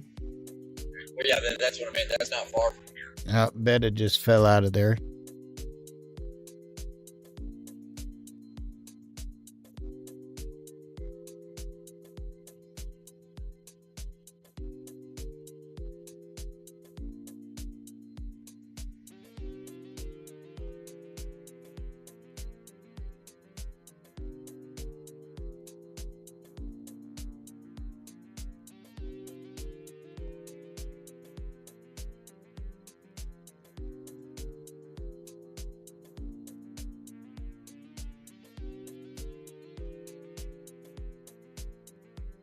Oh, and remember I told you that I had my spidey sense for the cops earlier? Literally 15 seconds after we ended the stream, there were two deputies sitting on the side of the road at the intersection I had to turn at. They were sitting there in the parking lot watching the intersection. Literally 15 seconds after we ended the stream. Racer saw it. I vouch for it. They were sitting there having a coffee and donut powwow.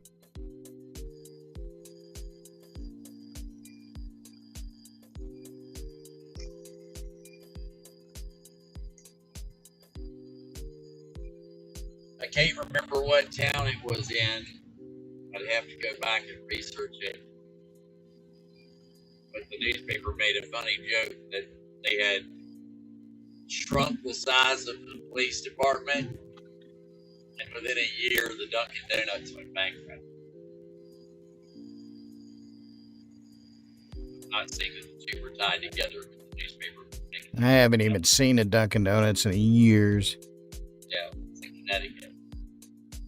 Yeah, we have them all over the place here. Yeah. Dunkin' Donuts. Chocolate glazed donuts. Whoop whoop. Oh, I love those. We were building the yacht. Dunkin' Donuts in Connecticut is probably, I don't know, 3 miles from the marina. They made food too, not just donuts. You could get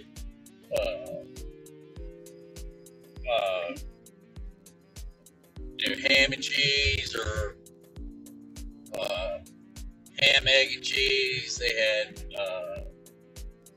croissants, sausage. I mean, all kinds of stuff. You know, breakfast kind of foods. They had like 20 or 30 things you could get. Hell, you could even get mozzarella sticks up there. So we actually literally lived off of Dunkin' for about a month because the next closest restaurant to us was like 10 or 15 miles away. So we were working all the time. Everybody wanted coffee. Yeah, that was pretty wild up there. Bomb Iran says you should be in a storm in 15 minutes. I should be in a storm. Who said that? Bomb Iran in 15 minutes. Okay, all right.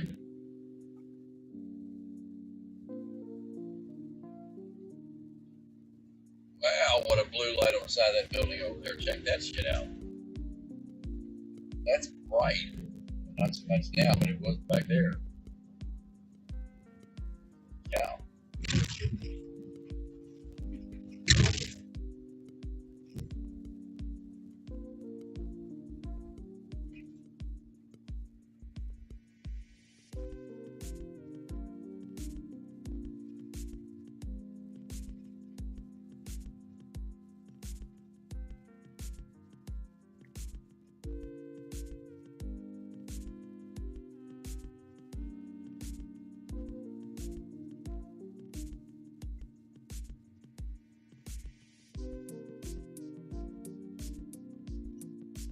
All right, so Racer, tomorrow as we're surveying, we're going to want to put a map on one of the quads. So, is there a way we can move if we took the banner off the top, left the front panoramic up? I don't know if we could squish, I don't know, maybe we could take part off the top of the front panorama and squish the other two a little bit. Or just put the map of where I'm at in the middle of the bottom or something, so that everybody can see a reference to where I am as I'm driving through, but I had to do it on the map. It's real time. Well, I've been flashing your map up on the screen occasionally, showing your marker and where you are in relation. So I throw it up there full screen and then go back and forth between the cameras and the map. But what I'm saying is, I would like to make a 4K stream for the people who are victims of the flood. Their insurance company won't, most insurance companies won't even start a claim or anything until they have pictures of the house. And so if some of these places are closed off to the public but they're open to the media, if we're going down the road and we have an active map up, they can see where we are and actually follow us on that map until we get to their neighborhood. And then they can use screenshot, provide that to their insurance agent, because we're putting it out in 4K. They should be able to capture that, zoom into it, and say, yeah, see, I got flood damage on my property, and get their claim started faster. That's when I designed this system for this truck. That was one of the things that I wanted to have the capability of doing for people. So I want to try to. That's why we bought that high dollar GPS that came out of a missile. So I want to see if we incorporate that in some way, shape, or form.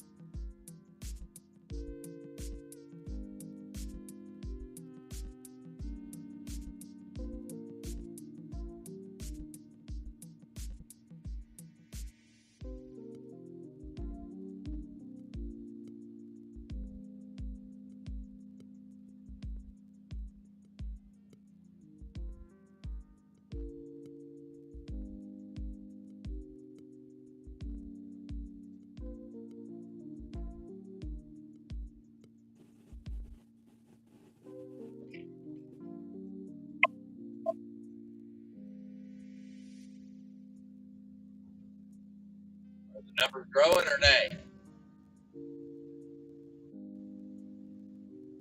We're still at 64.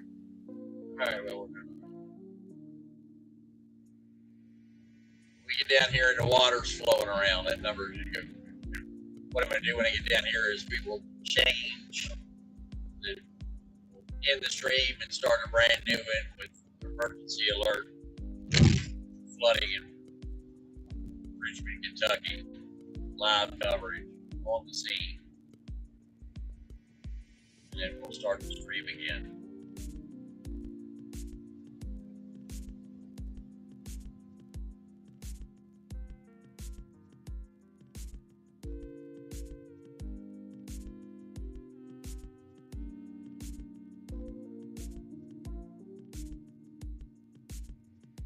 Close enough down here, I'm not good. Gang busted down through here. I've got 3 tractor trailers behind me. I'm going to let them do it.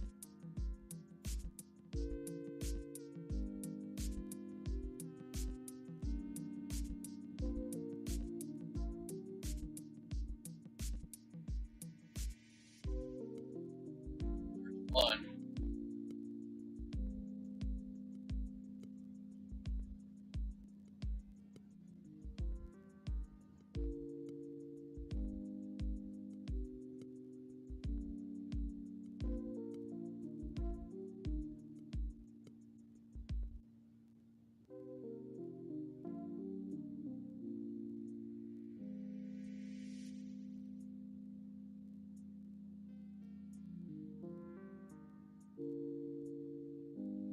I can't believe I'm still up.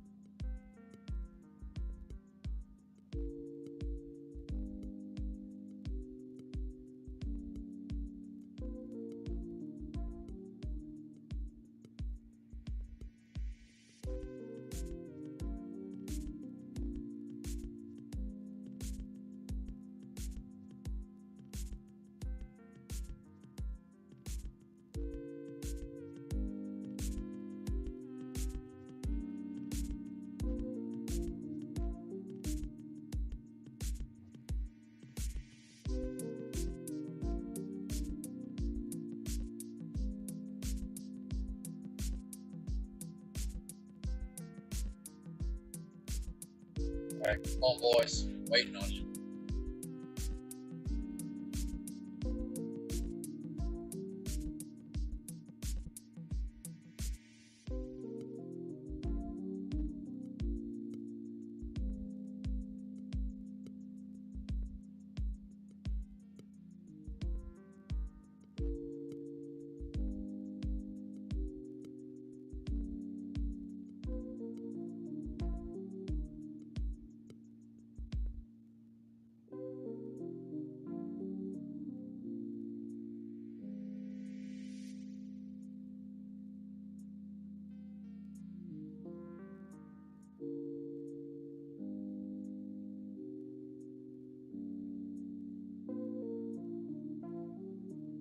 All right, so we have confirmed, we believe it is the Verizon store on the west side of town, that it has the car floating in the middle of the intersection.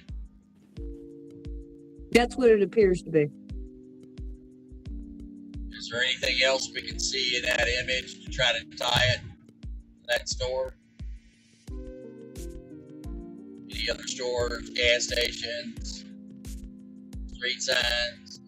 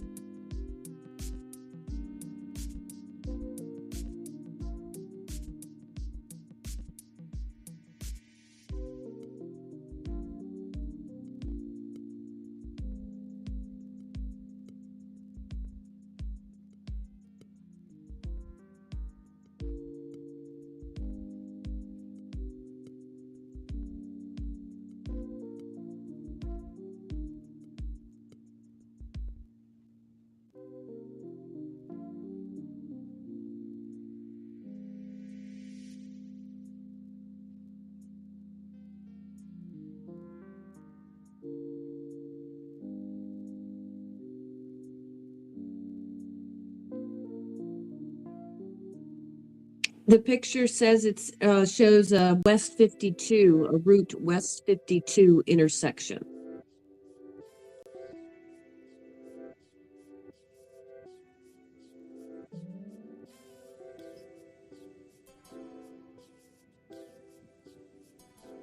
So the car that was floating is somewhere on West 52 off 75.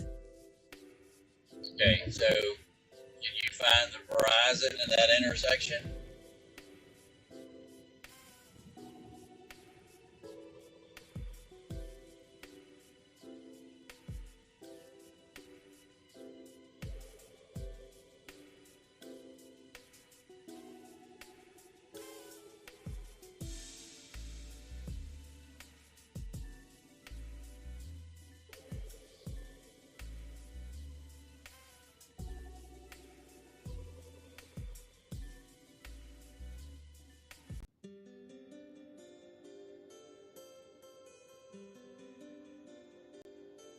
Once you figure out which intersection it is, I want you to figure out the height the camera was off the ground, what the aperture of the lens was, the focal length, the f-stop, who it was behind the camera. No, I'm kidding. If you can find the intersection, that'd be great.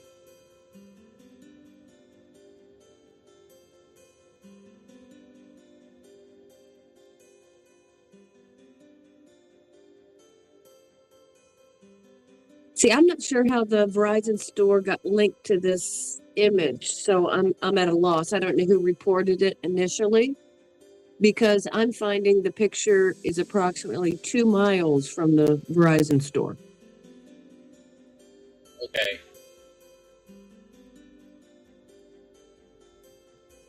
So I just don't know who reported it to go further. I just have a right. picture. I can see the picture of the car floating, and it's next to a 52 West sign. This is at night. Say again? The image was taken at night. It was posted 10 hours ago. 10 hours ago. Okay, we might not still, that might not still be the same thing. Because some of the water had came in and receded back already. I've seen pictures of people doing cleanup after the water receded, but the city manager said, "We've had enough rain, we don't need any more." But yet they got more. So, could be local. What are you showing me, Racer?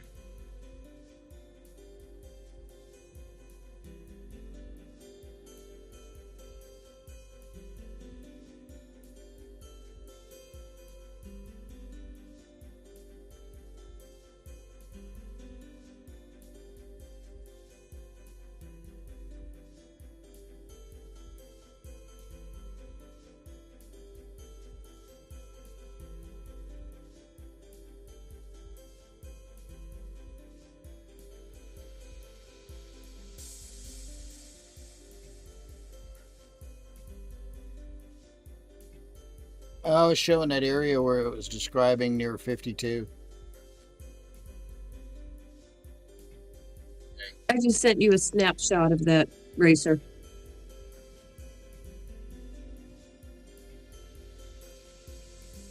Okay, 10-4, give me a second.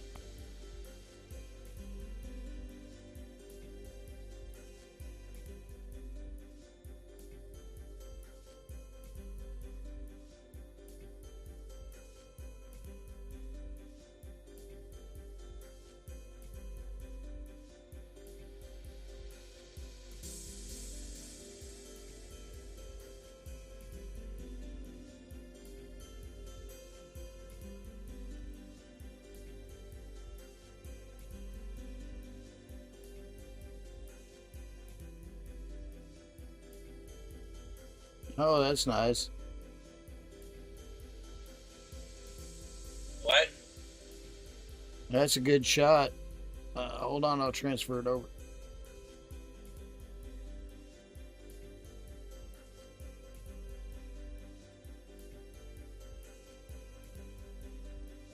Tree down on the road, possible blocking other lanes in traffic, and just tomorrow power lines are involved.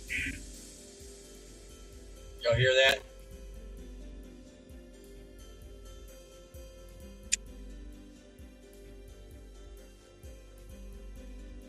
Did y'all hear that? Yes. Yes, power lines down. Yeah, I didn't know how clear it was. I want to try to adjust that so you guys can hear it good.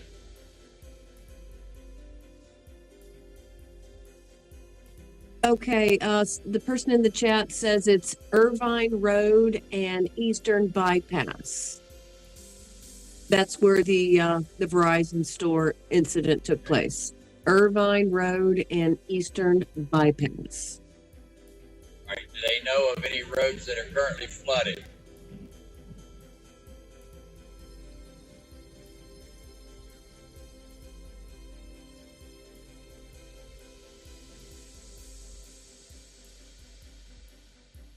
Yeah, I would have thought we'd have seen flood right here. This is at the Kentucky River right here. Oh, wow, it's up. Holy shit.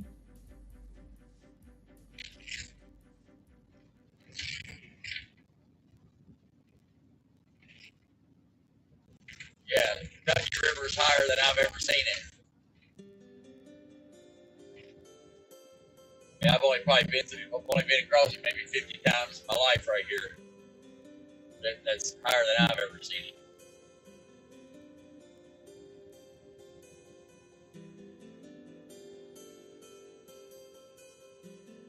Okay, so the Verizon store that's involved in this car story, it is not the one we were looking at. It is the one to the east side of Richmond. Okay. It is off Route 52. Well, I know where 352 is. Y'all should be able to see that picture posted it. Yeah. Oh yeah.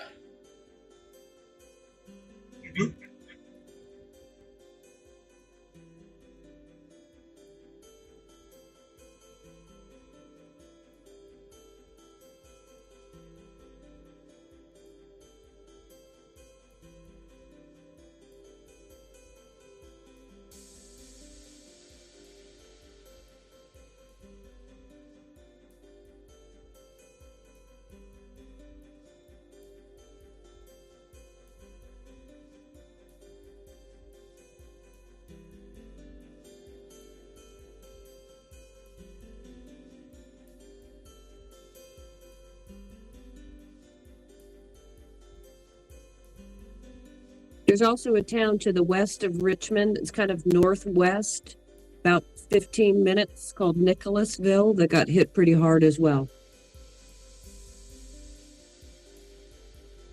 20 minutes northwest.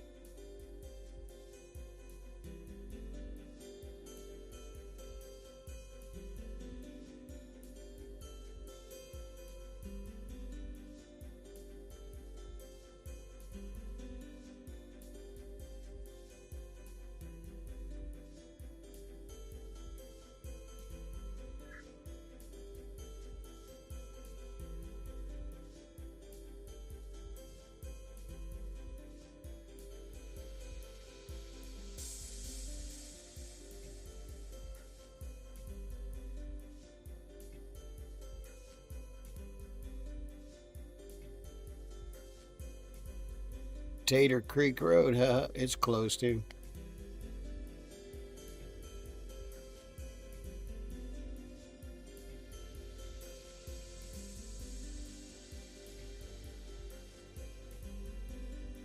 Well, I haven't gotten to the heavy rain yet. All I got is sprinkles. Yeah, JBL reported you shouldn't hit anything dramatic. Okay.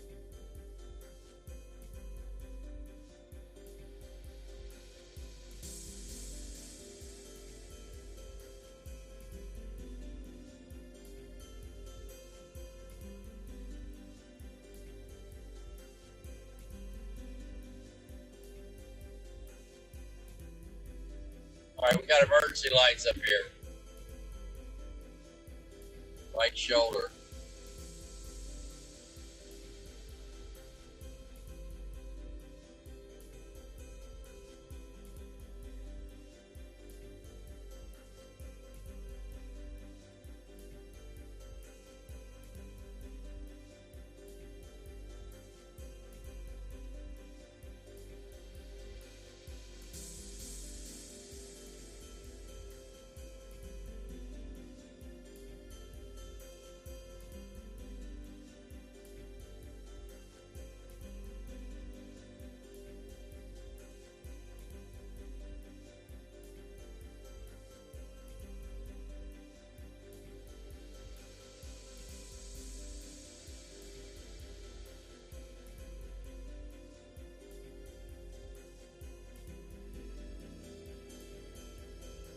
don't know where he went. There was like a fire truck. Oh, there it is. It's still going down the road in front of him.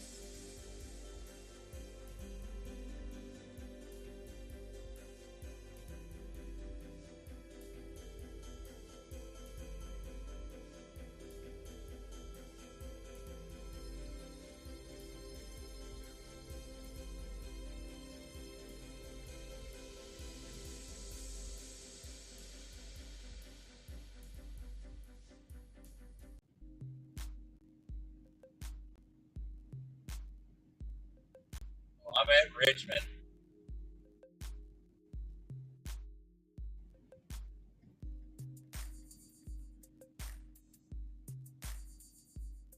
Yeah, you're getting close.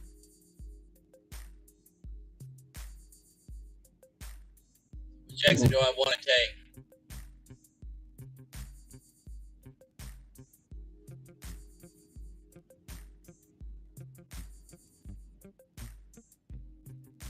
Does it look like he wants to take 25, Racer? 25, which hits 52? Yeah, that's going to be where that Texas Roadhouse, Chick-fil-A, and Olive Garden are at.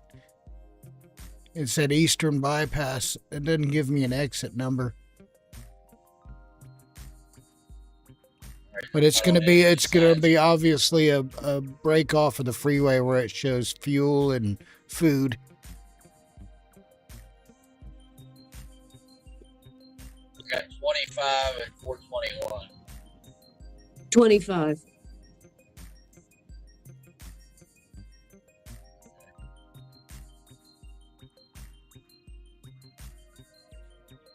There's a 25 north and a 25 south. The 25 south is the one that's going to be closer to the actual flooding, and that's going to be where it says there's a Texas Roadhouse and a Hampton Inn and basically a rest type stop area over there where restaurants are.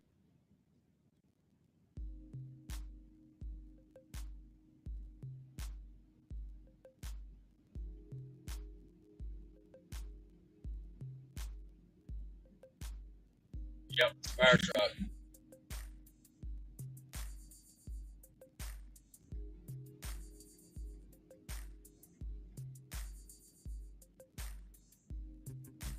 Oh wow, it's a couple fire trucks.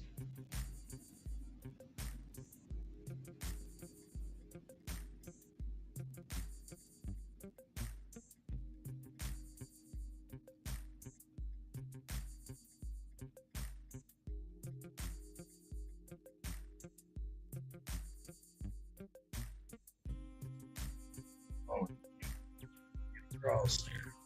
All right, well.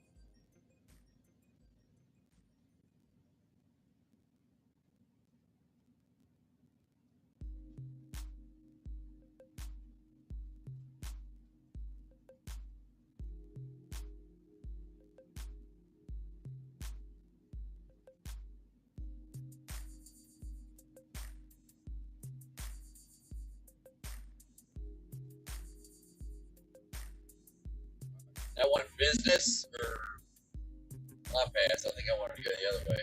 Oh, down here. Oh, there's stuff coming this way. Not the business one.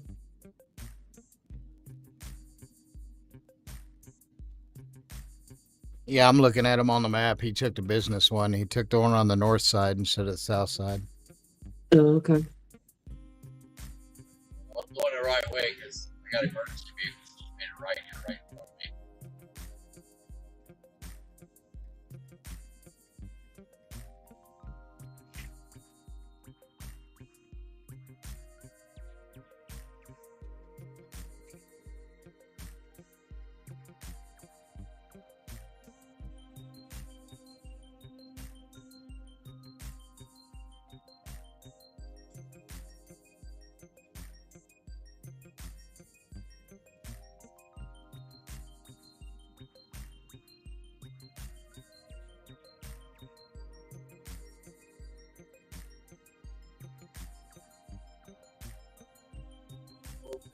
bicycle?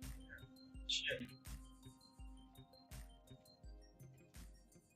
It's rolling down through here on an electric bike.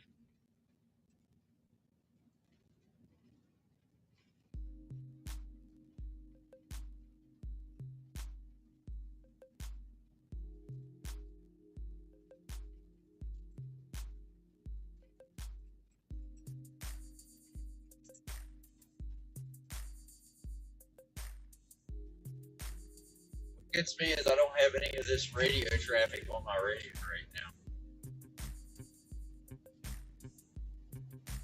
Well, like I said earlier, when I checked Broadcastify, everything was, a low number of people listening. I wonder if there is a. Wonder if there-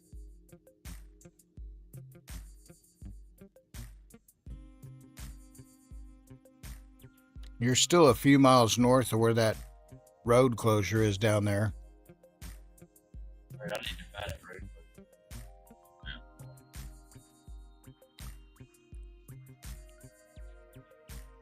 Well, you're going to have to take 52, and you get at 52 back towards the west.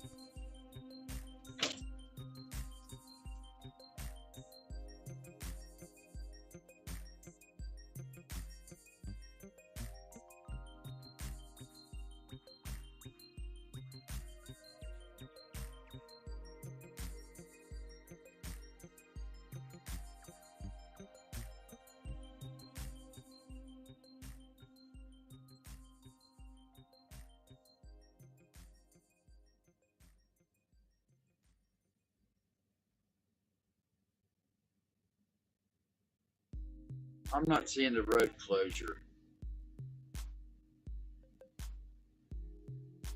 Pull up the stream, and I'll show you.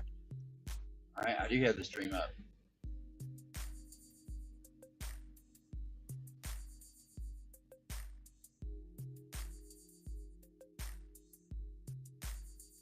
Oh, it's further south on 75.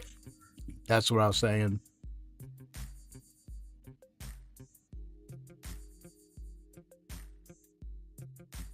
I still don't see it on my map, but I'm not sure why.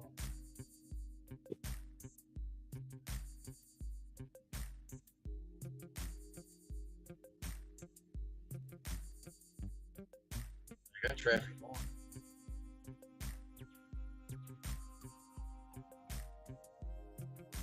I'm confused. Is he going to the intersection with the flooded car, or is he going to the? Well, I was until I had two fire trucks and an emergency vehicle rolling down the road in front of me, and I turned to follow where they went, but of course they're running lights and siren, and well, I lost them. But I'm not seeing on any of my maps street closures.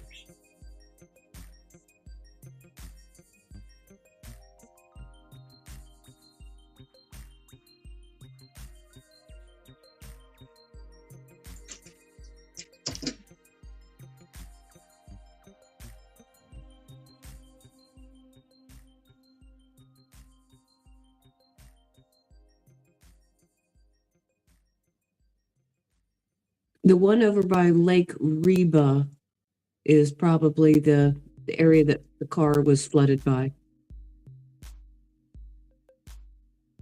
Yeah, or do you still want EMS to stay, or do you want them to get today?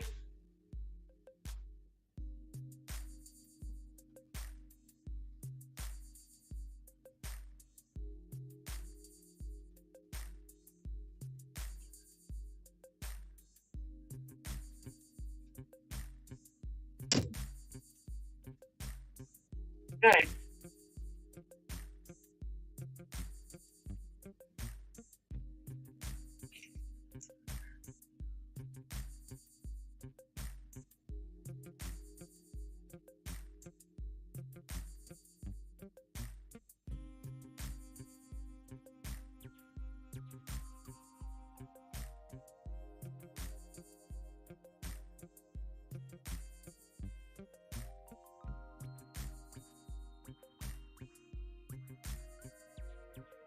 All right, well, I say we go down through.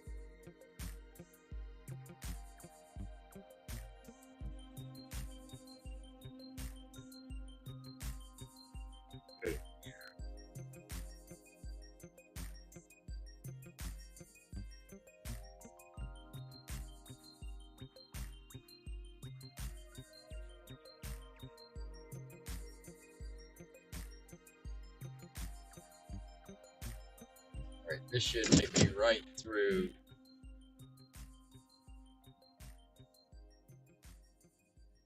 downtown.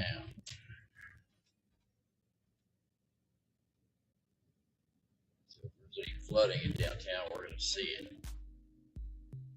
Actually, it does look like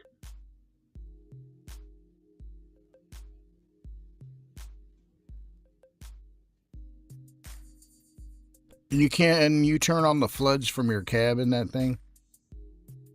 no, I gotta get in the back.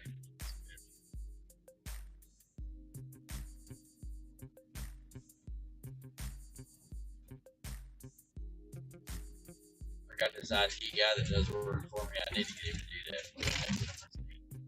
Yeah, I was just thinking we need to move that switch up front. Or just have a leave them back there, but have a relay that feeds both of them on double full, double throw. Yep. That up here did I get floods on both sides simultaneously? A couple times. Nice.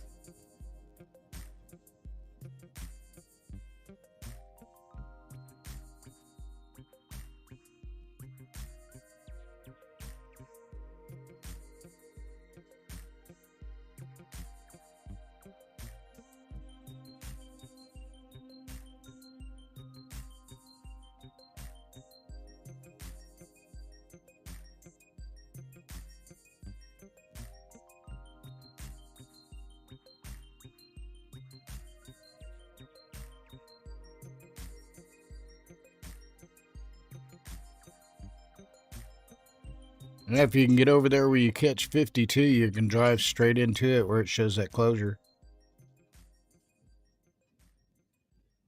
Make a right up here.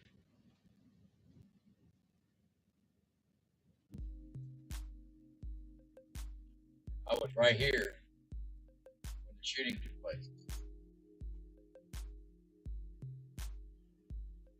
Yeah, I remember this intersection. Yeah.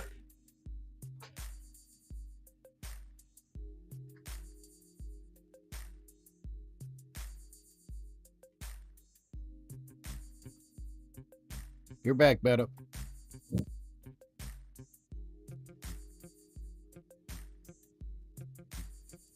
Cool, thank you. I've got to look over at screen number 6 to see it flashing. How many screens do you have altogether? 14. Oh God. Jeez. 14 and then a 65, or no, actually I think that's a 52 inch. It's ridiculous. But you don't realize what all he's running. He has multiple streams from KLW up 24 hours a day on multiple channels. So you got to be able to see those. How many servers are you running, Racer? There's a total of 6 machines running right now. Yeah, 6 servers. Right. Yeah, I'm looking for a picture. Hold on.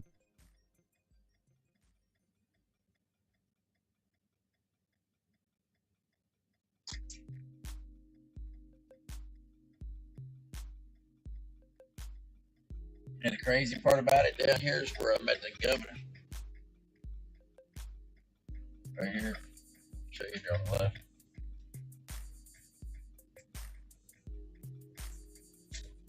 Down here.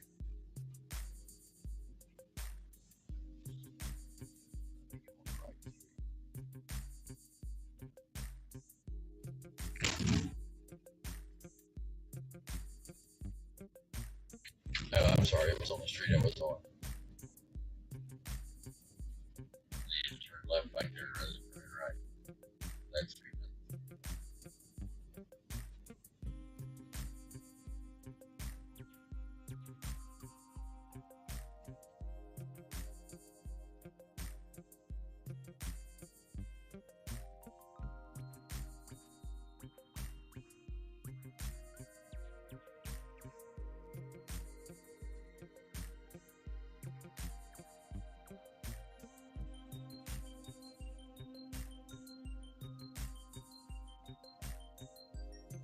Eastern Kentucky University. Header 6.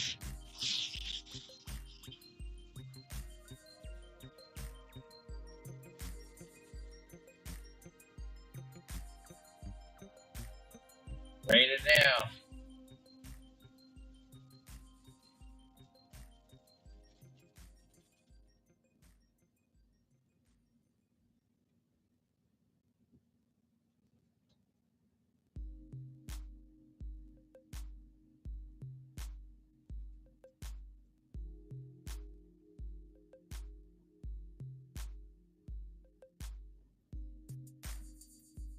Well, I shouldn't go over and get on 75. I should stay south here on 52.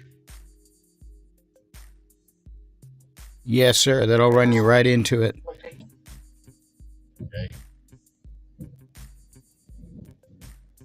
On your map, it's actually showing a road closure.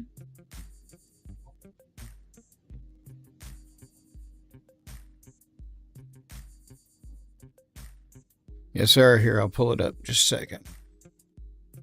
Yeah, you're heading right into it. It's showing road closure ahead of you.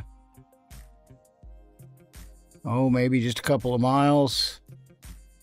You'll make a hard southern turn, and then it'll be right over there where it's got the marker. And I'm just going by the marker on the map.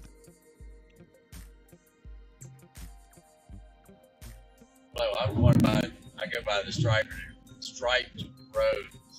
Striped. I go by the striped road closure. Here we go. What? Oh, yeah. I was going to flash an image for everybody.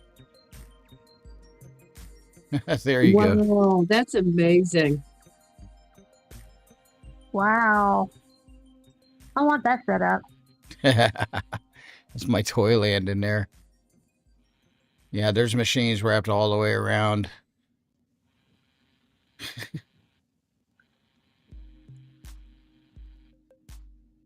That's when it's clean. It doesn't look that clean right now. There's ashtrays and diet soda cans and dinner plates around.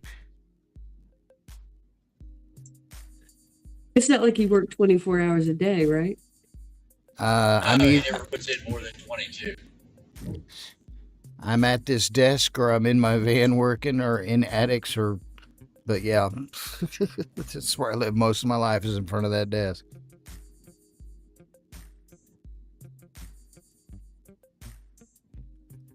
Crazy thing is when the power goes out, it all stays powered up.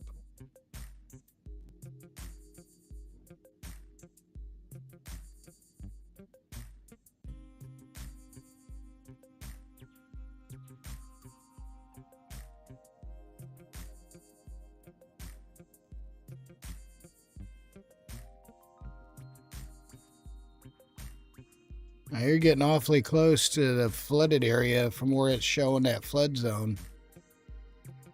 You're going to make a hard bend off to your left. And then once you go through that bend right there, that's the area that's showing that it's marked for flooding. And I'm seeing water on the side of the road near you there too.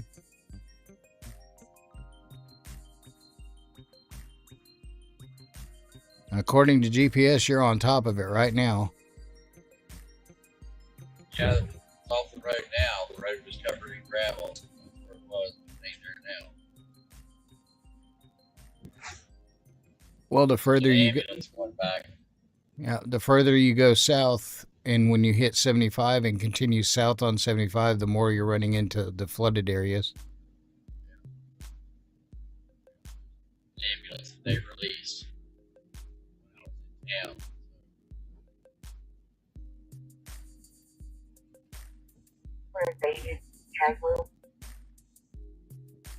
The next road closure close to you is showing off of 421.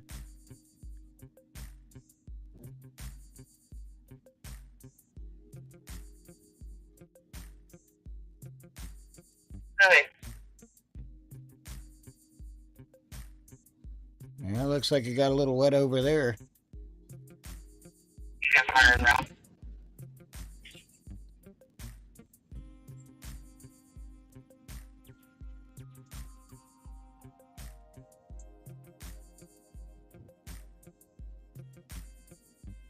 And we got to show it now.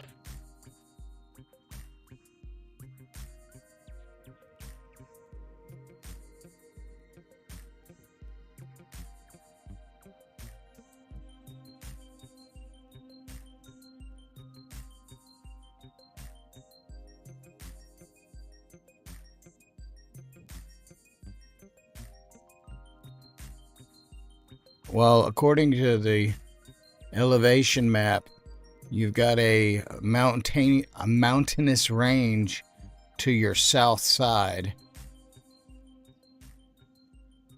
If you travel southwest along the ridge towards, I guess that's Summercrest, on the other side of Mount Vernon, because once you get over Mount Vernon, then you're on the opposite side of the elevated area, and that's where it's also showing some flooding over there, but that's back up to the northeast. You see that town just south of him? Is it called Berea? Yes, that's correct. affirmative. Yeah, there were a lot of places on X that were saying that had a lot of flood damage.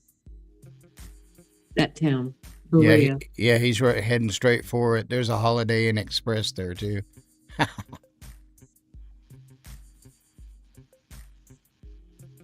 Yeah, this Yeah, is there's the a college there too.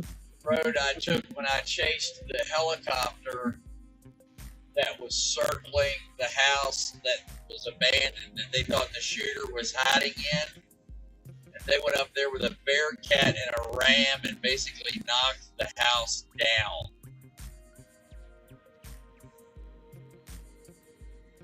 The old house that was falling in. And they totaled the place. It was already totaled, but they helped it along. Is there a reason you didn't get back on 75, or because you're still on There's 50? no road for it.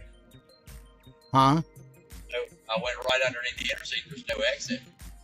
Oh crap! That means when you hit 2972, you got to go back to your east.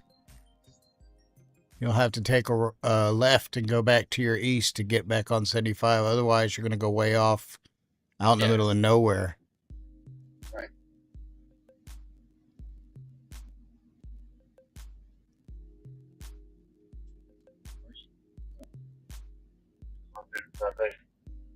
Oh shit! Don't see that. Yep. Nice big old puddle of mo.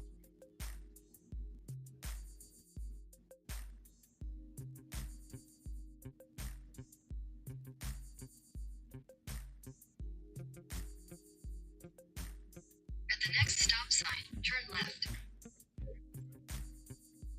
At the stop sign, turn left onto Kentucky 2872. See you cheating on me with that other navigator.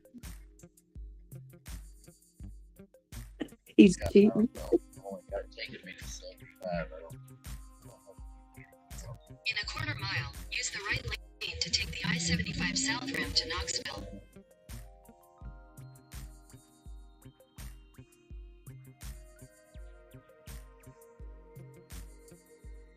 Right, so I'm taking 75 south, right? Affirmative.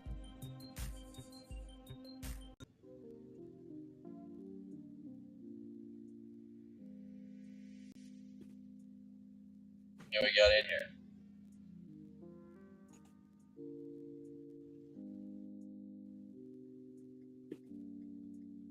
Use the right lane to take the I-75 south ramp. Then your destination. We've got 68 people in the chat.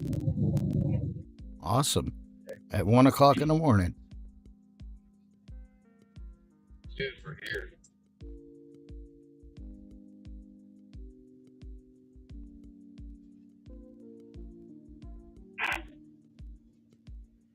Ground's looking a little wetter there. Oh yeah.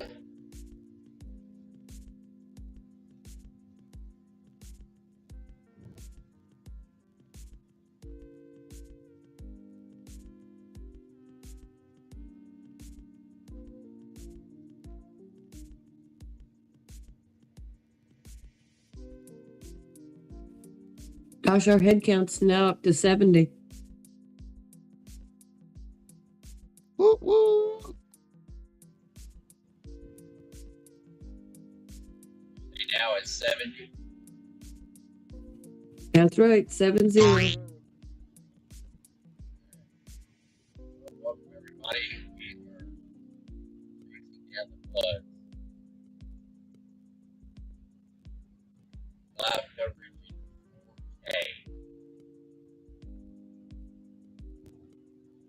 Stereo where I'm at.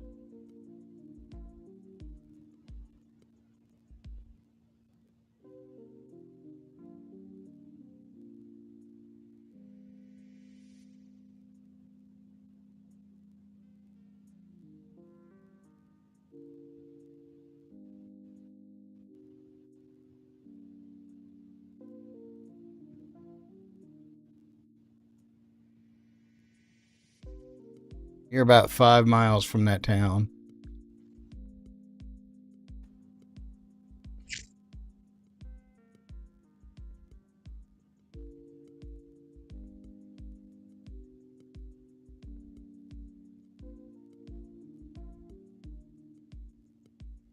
Oh, that's a cop. Yeah, it was.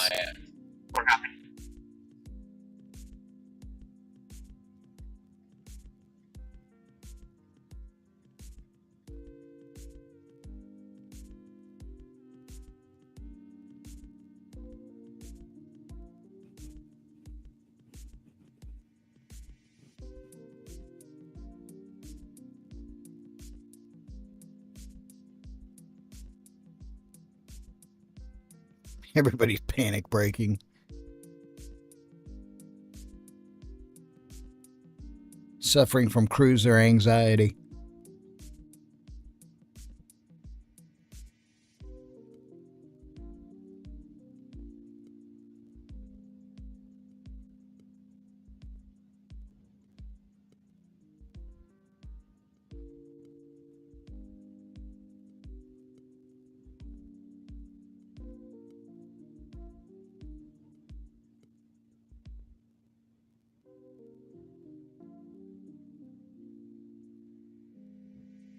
You'll know you're in the town when you see a Holiday Inn Express to your right.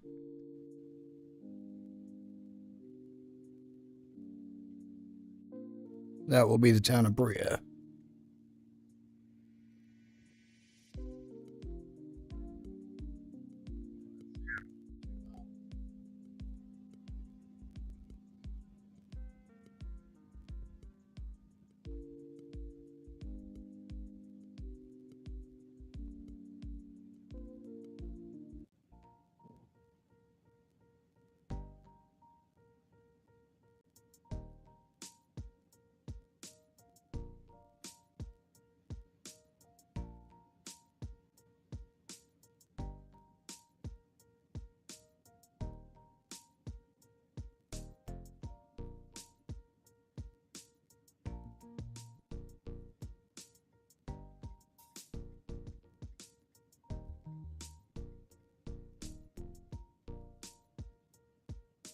They just popped a road closure that's on the east end of Brea.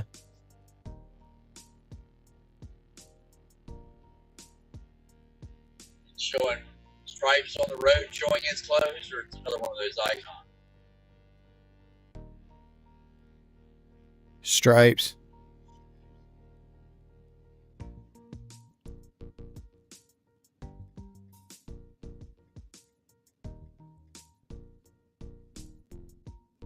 If you get off in the town of Brea and go east on 21 and then try to go north from 1517, you'll see the area where it's closed. It's between two riverbanks there. It's a pretty big section that's closed. All right, I'm at 595.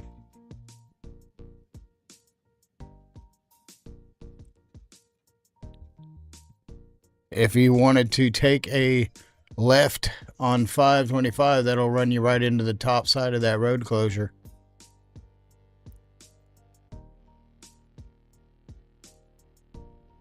Well, I got a road closure right here. It says high water.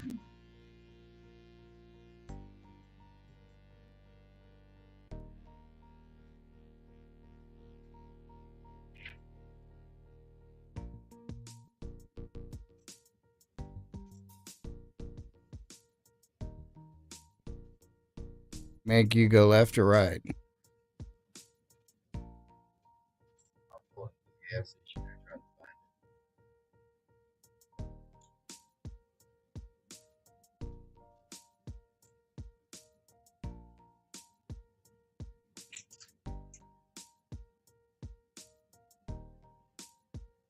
You're saying on Route 595 or what? Or on 21? No, that road is. Hold on, let me pull up the map here. It's on 556 or 950. No, is that 556 or 956? My eyes are playing. Hold on, let me get my I got glasses. 595 is what I've got.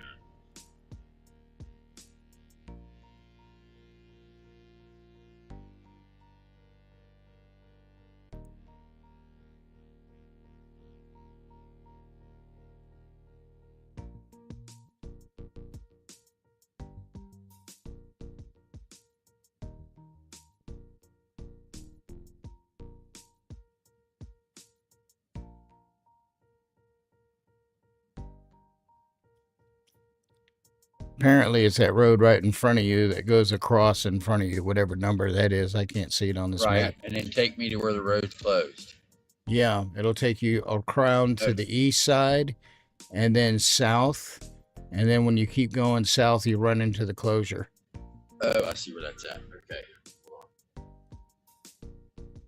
Yep, I got it. Roger, Dodger. Right, that's right off of 956.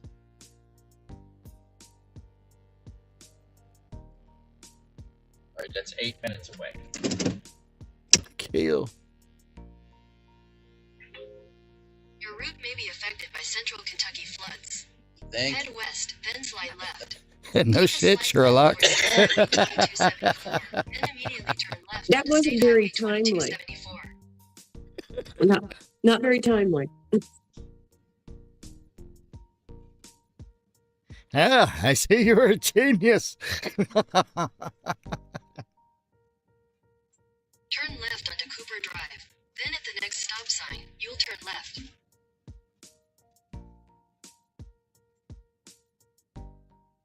Next, she'll be saying you should have went to Jared's. Take a slight left toward State Highway 2274. Then immediately turn left onto State Highway 2274. Turn left onto State Highway 2274. Then at the next stop sign, you'll turn left. Or you'll get an aneurysm from At your the stop voice. sign, turn left onto Kentucky 595 South. I'm getting the aneurysm, all right. No doubt about that.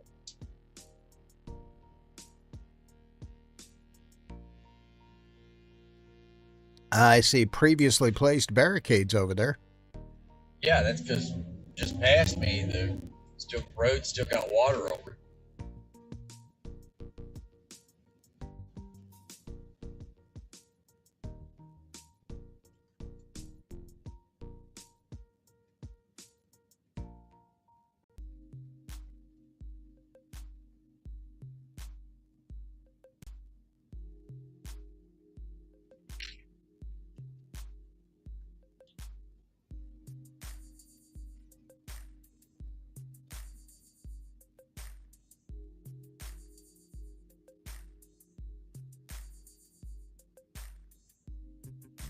In 600 feet, continue straight onto Kentucky 956.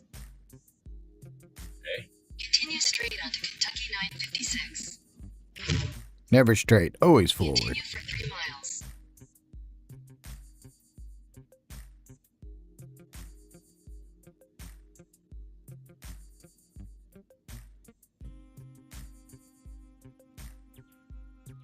I once heard a comedian talking about it, but I really want to get a navigator voice, but I want it to be Joe Pesci with an attitude. Oh my God. You can do it. What is it here there for? Yep, you can do it.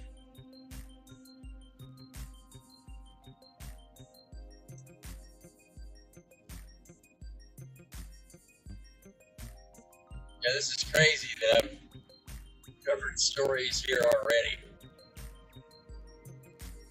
All these roads.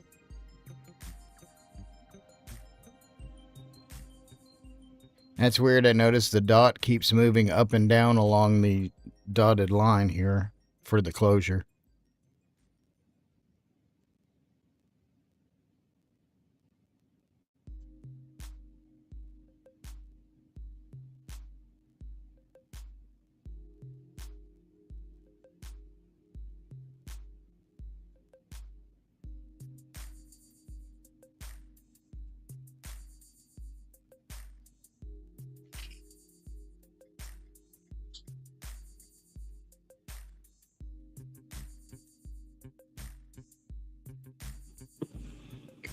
JBL says there's a small cluster of light rain around the town of Bria. Okay. Got nothing going on right now. I love these traffic lights that change in the middle of the night. It's nothing. You got a cycle for every direction available. There's only one vehicle.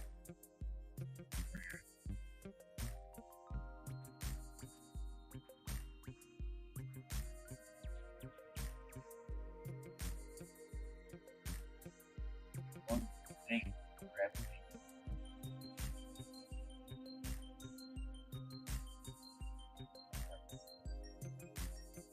Okay, 12.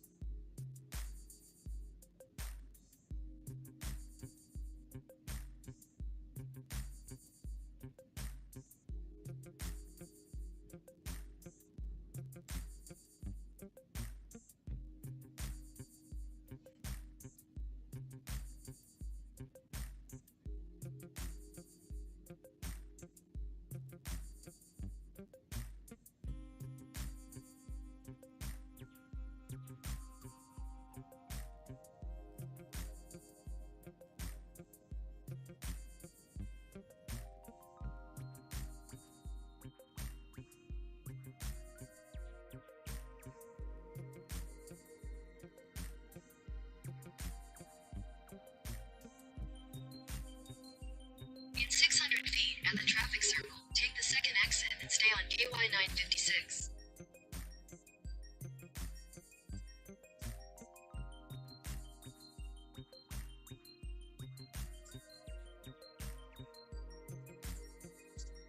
Exit the traffic circle onto KY 956. Continue on KY 956 for 1.5 miles.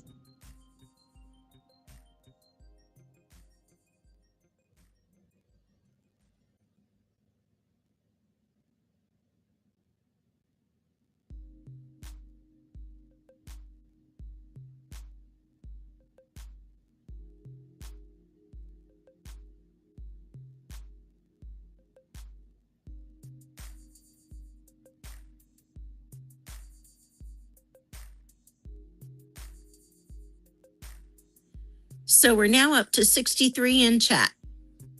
All right, thank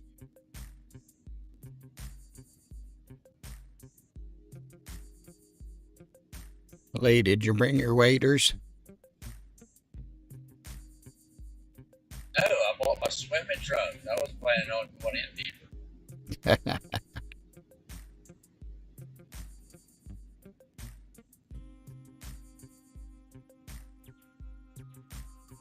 I bought extra sunglasses for people to put on so when the light hits my white legs, it won't blind me. In half a mile, turn left. All right, here we go. Okay, you should be coming up on it here in the next half mile or so. Yeah. That's where it's listed as closed.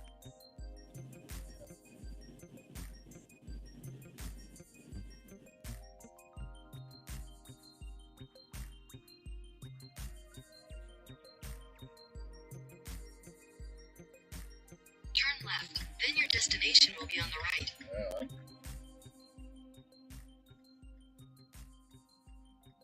You got to keep going south. Oh no, this is a permanently closed road. Your destination is on the right. Yeah, it's permanently closed.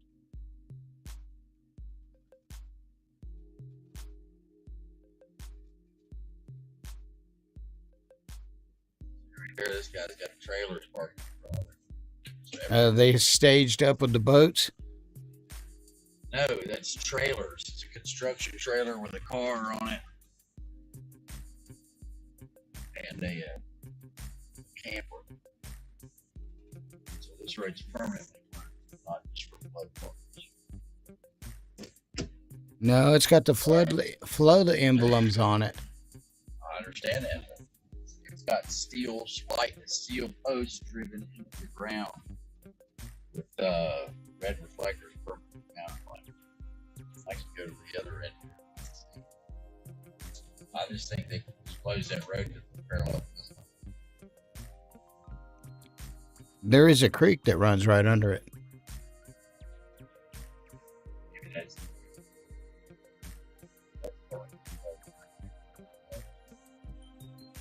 got a camper and construction. Yeah. Alright. Well, it's 2 o'clock. And the next major area with a bunch of stuff is everything south of Louisville.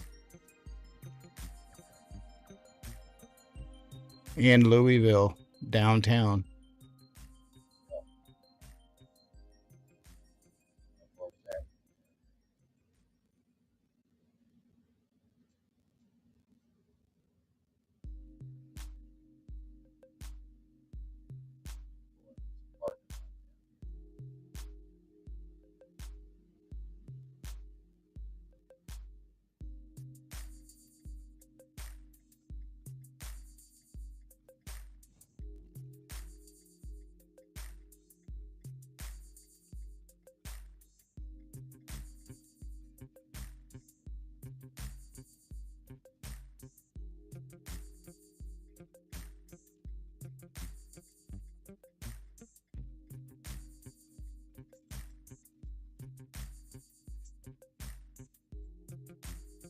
Well, they had flooding here. This whole parking lot got flood all over.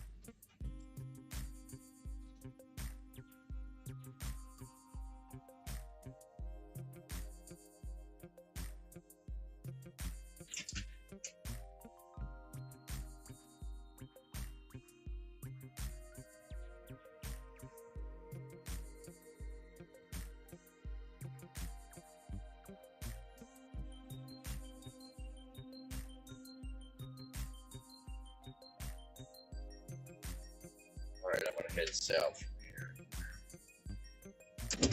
So there's more flooding down here.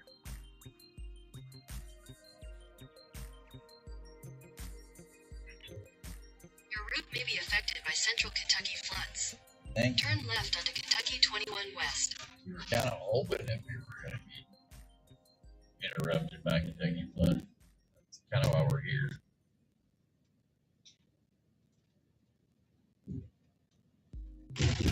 How far am I from Louisville? Stand by, let me calculate.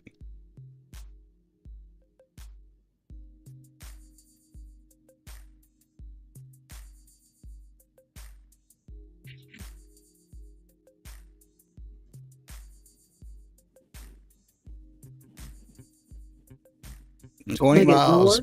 20 miles by the way the crow flies. That's it? That's a straight line between where you're currently at and downtown Louisville. Probably slightly longer because you have to go around the roads to get to it. But if you go back up 75 and you go back up to where you were at in Lexington and then go west from Lexington, it'll run you right into Louisville.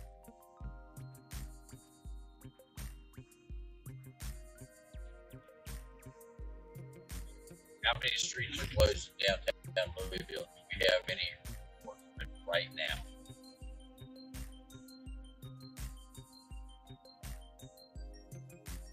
I'm showing the one that goes downtown as being construction related. Yeah, that's what I did when I zoomed in on it. That's what it shows me also.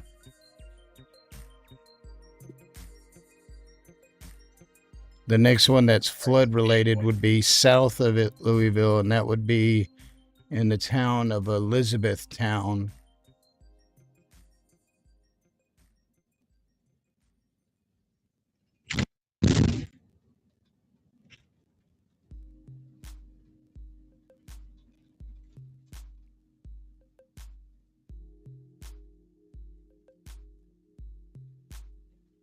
It's hard to tell the difference between the flood markers and the construction markers because they're almost identical.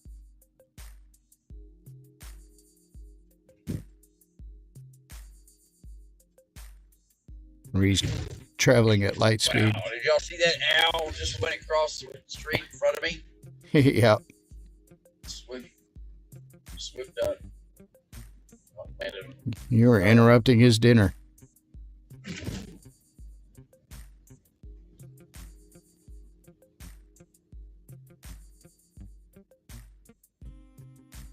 Well, hell, if you get all the way back into Lexington, take 69 west, and that runs you all along the front of where all the flooding is.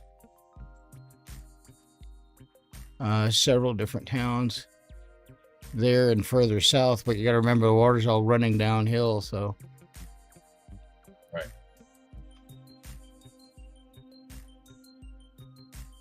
Or you could just go all the way down south to Knoxville. Yeah, I'm gonna go south, and I'm gonna take a break At the for a light, few turn hours. left onto Kentucky 21 West Chestnut Street.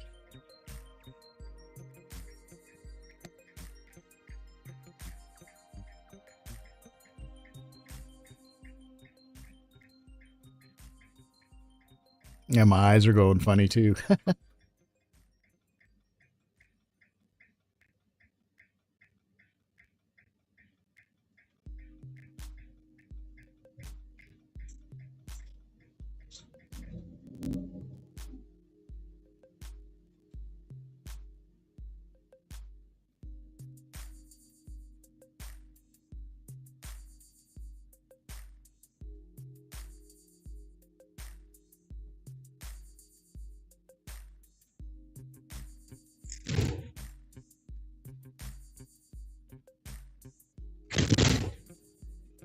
Ow. Alright. Saw the owl about a mile back.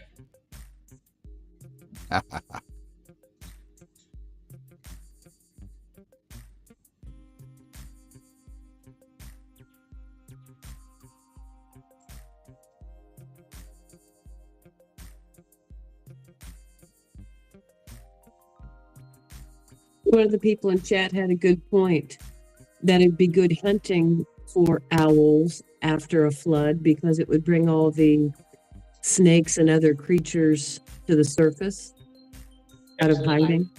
Oh, yeah, drive them all out. Whoa, shit, guys, y'all gotta put some lights on that shit. That guy was in the middle of the street and I didn't see him till just now.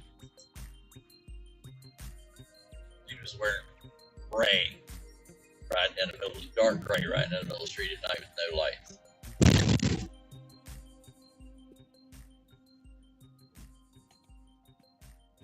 Hang, it sounds like you're jumping railroad tracks.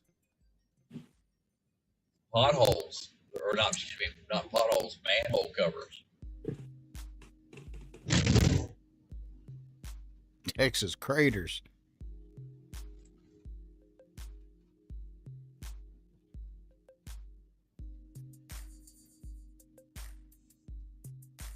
You still got light rain at your location? Very light rain. In half a mile, turn left onto the I-75 South ramp to Knoxville.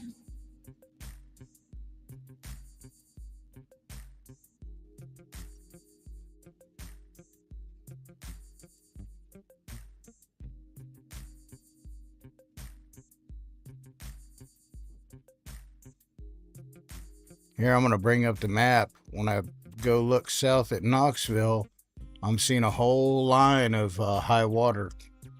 Road closed. Road closed. Let me see if it's construction or what. That one's construction.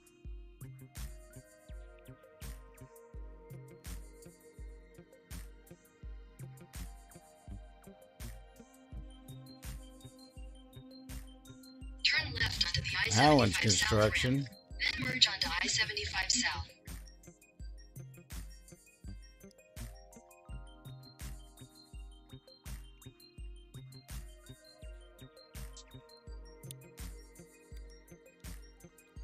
I drove to Knoxville once before and picked up a van and then drove to Nashville and then back to Houston. That drive in between Knoxville and Nashville is pretty, but it's up and down the hills.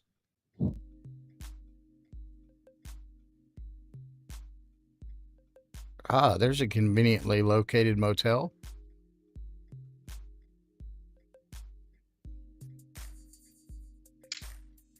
I can stay there and be an expert in the morning. That's right.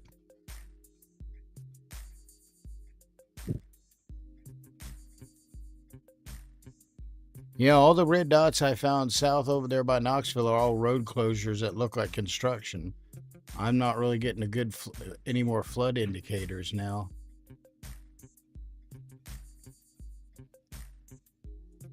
Well, what I'm going to do is I'm going to go south on 75, go past Mount Vernon, the lake, and the other stuff down here.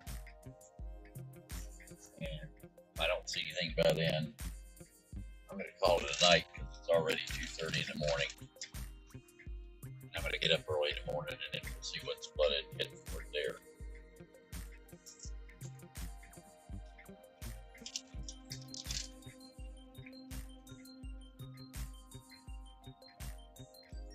Okay, Jake. That sounds like a plan.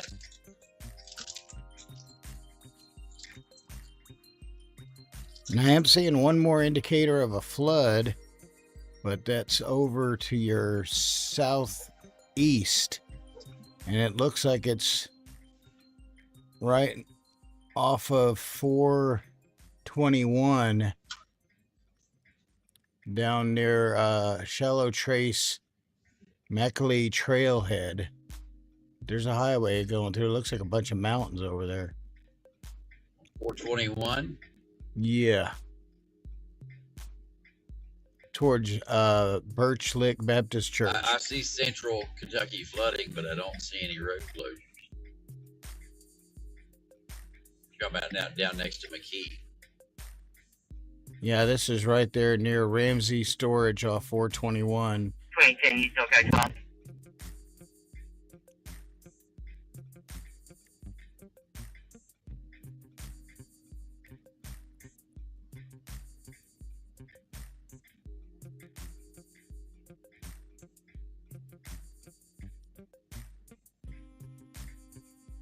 All it says is you're talking about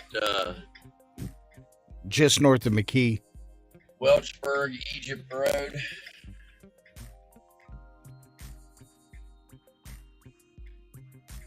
Here, I'll pop it in there. It's by Elisha Branch Road and Highway 421. Yeah, but does it say road closed? I don't see. I'm not seeing it. It says for road. That's just a flood warning in the area. That's not road flood. Pond Creek Road is the only one I can find just south, just north of Tyler, south of Tyler.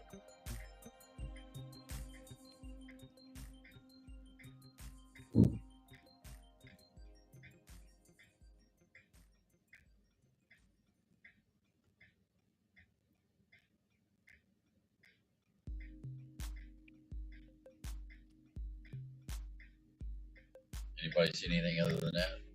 That's all I'm seeing. Uh-uh.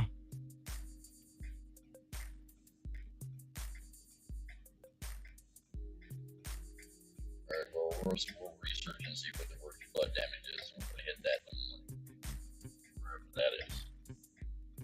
Complete survey, drive through town, map it all out, do all that other good shit.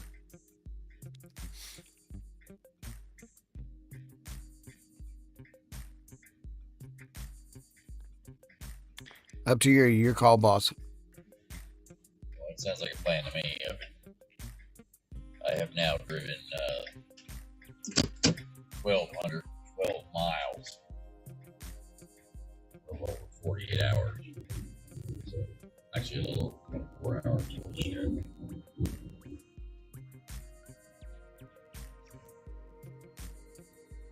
Making 1,250 miles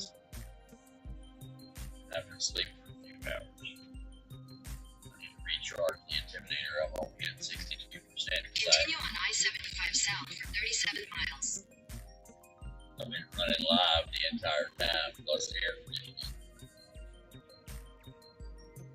Plus being stopped. I haven't even, I think I plugged in for an hour total.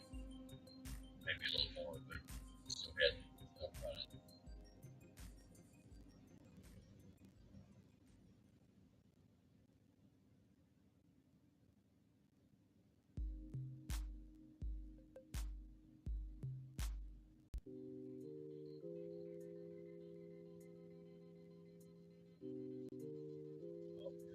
Rain.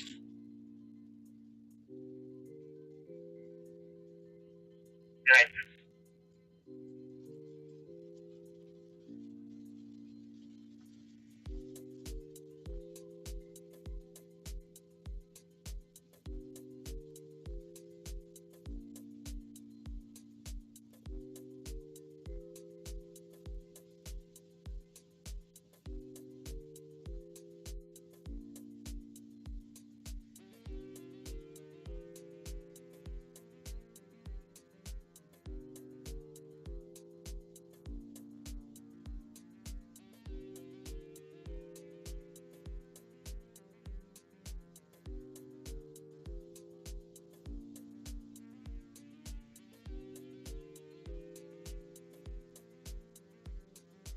Got real rain here now.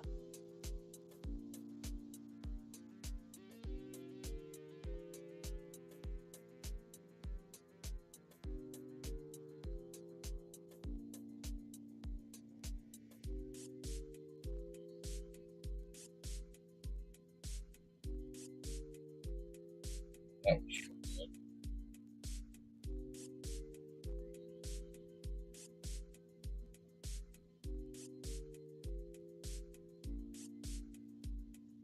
Not far from where that guy shot at those people here on the interstate. In fact, we were the first ones to identify exactly where he shot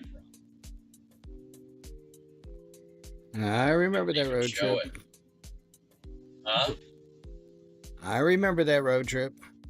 I remember it too. Yeah. Yeah, we shoot a lot of people with their heads feet.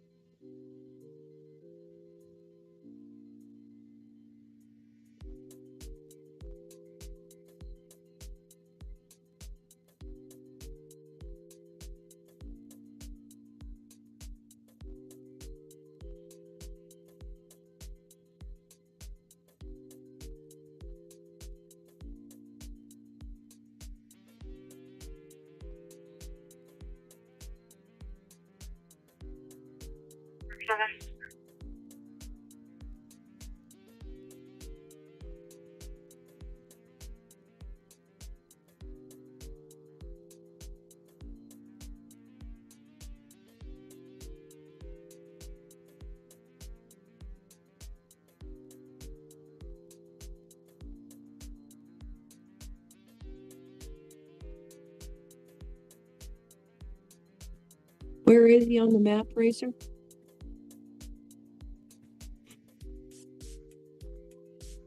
Okay, I see. I'm actually pretty impressed at how well that thing's been keeping up tonight compared to the other day. It was 30 minutes behind. Yeah.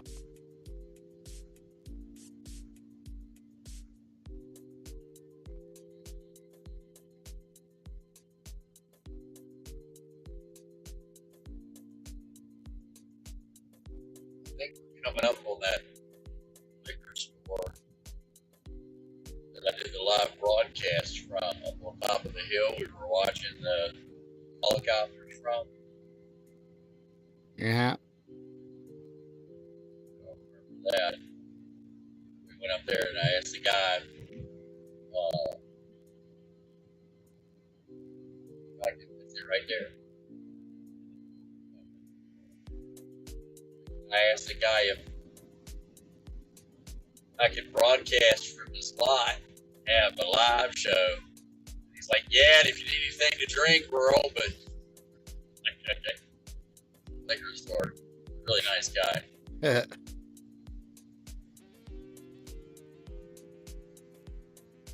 Nothing like Southern hospitality. Yeah, I'm telling you, the people down here take really good care of me. That's for sure. You know, everywhere I've went on all these trips, everybody's been as nice as could be, except for that mission church. Yeah, I remember that.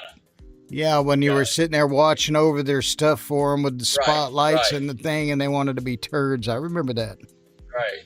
You know, we I think altogether we raised $5,000 in donations for that church, for that community, and that woman from the hot rod group, whatever the hell it was, that didn't like the fact that we precipitation warning has been issued for your location. Didn't like us being there. It wouldn't say why. Yeah, would not say why. That's okay. I'm sure karma got them.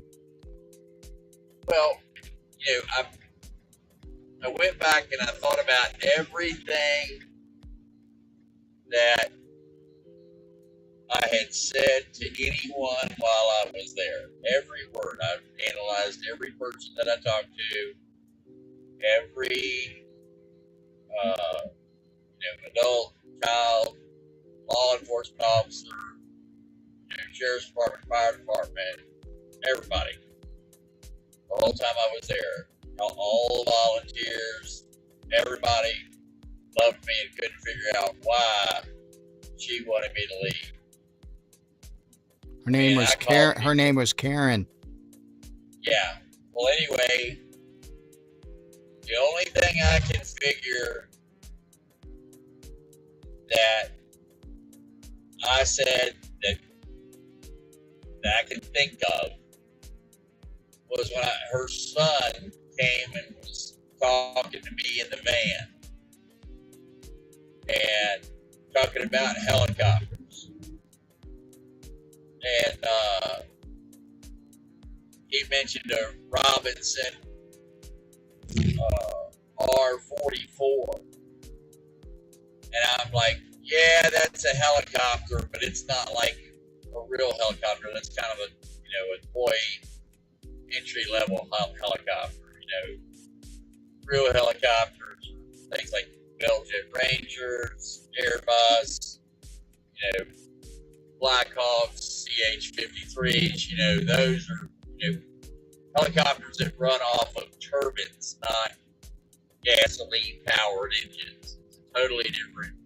That's a real helicopter where it's got a turbine, and the others are, some are experimental, but it's an entry-level helicopter. It's kind of like the Yugo of helicopters.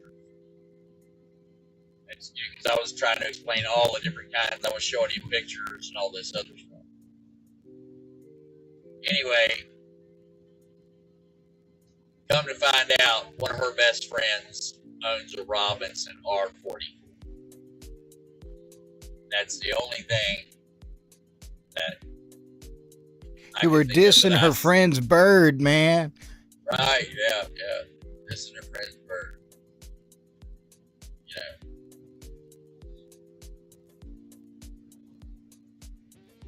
That's all I can think of. No, it's just living. It's just living proof you can please some of the people some of the time, but you can't please all the people all the time. Right. Internet to 120 people. spotlights, Right. camera surveillance for their stuff so they didn't have to pack it up. Right. Satellite communications, surveillance of the whole place, power for the ham radio operators, power for about 20 people charging their phones. We provided the power for the facility overnight. So what we would do is, during the day, we would run a generator, we would run everything inside the facility, and we would charge me up. Then at night, so that the people in the neighborhood could sleep, we would turn off the generator, and after we cut off the generator, the facilities, the refrigerators inside the facility, everything inside the facility ran off of the Intimidator all night long. And then the following morning at about 8 o'clock, we would start up the generator and charge the Intimidator back up and run the facility all day. And then that evening, we would turn off all the lights and everything else and just leave the refrigerators on. I would run the refrigerators all night. Did that for, how long was I there? 5 days anyway. Yeah, it was a few days for sure.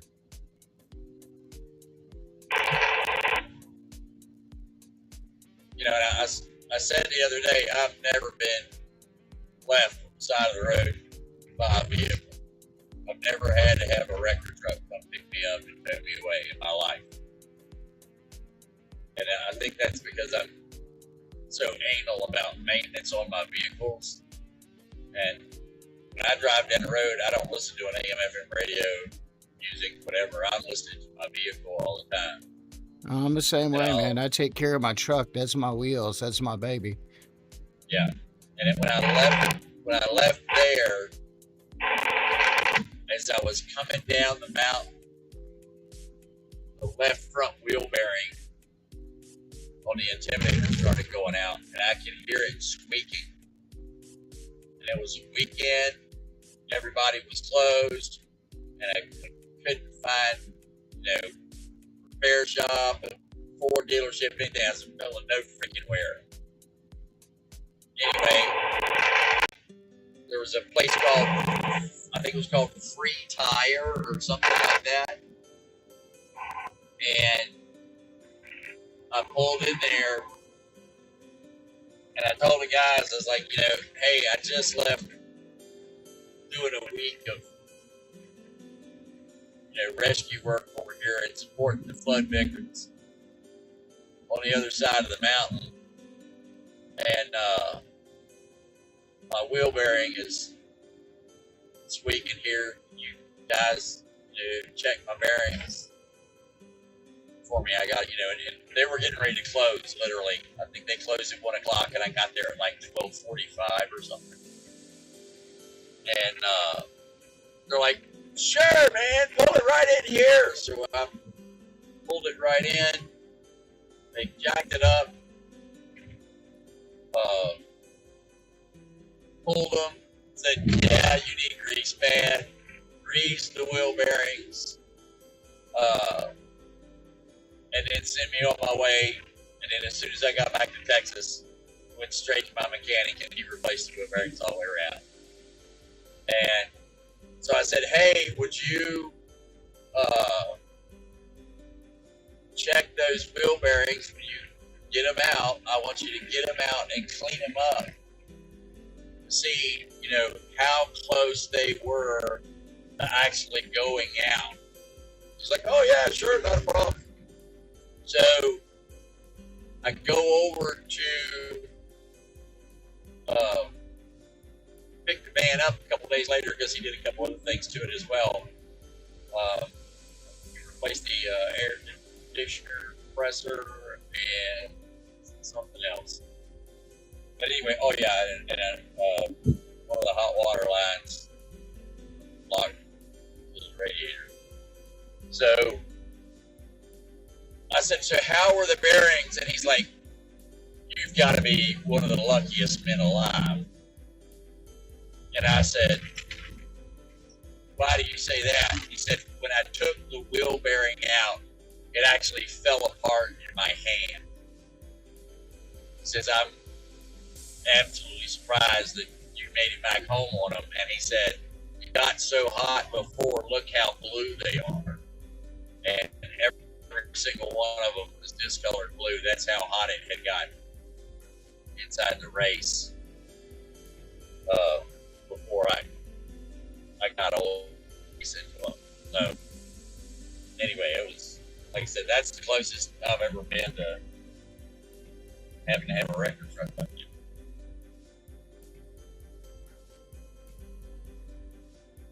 Being broke down. Had a record truck come get me one night. Not because I broke down, but because I had a state trooper that didn't know how to read the information on a registration. So I had requested a custom tag for my vehicle. Had that custom tag registered on the vehicle. The custom tag was legal on the vehicle for 2 years. Months later, I decided that I wanted to change the tag. So I went to B and said, hey, I want to change my tag. Sure, not a problem. And so I ordered the new tag. Well, the old tag is still valid, but the new tag hasn't arrived yet. And so since the new tag hasn't arrived yet, it doesn't show the old tag on the car. It shows, when you run that tag, it shows that a new tag has been issued, which hasn't arrived yet. But the trooper doesn't get that. He goes, well, you don't have that tag on the car. You can't be driving it. I'm like, sir, I just ordered the thing last week. It hasn't come in yet. He goes, then it shouldn't say this on the registration.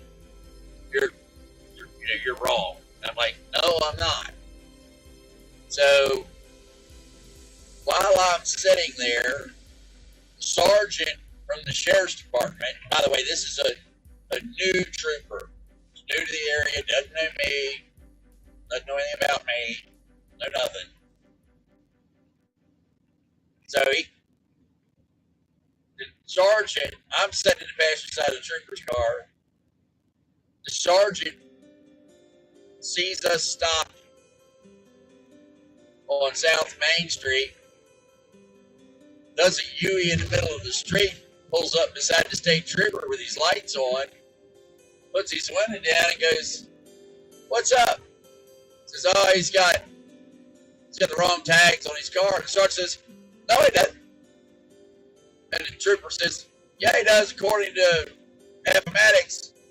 And the sergeant says, there's nothing wrong with his tags. His tags, the tags that are on the car are legitimate. There's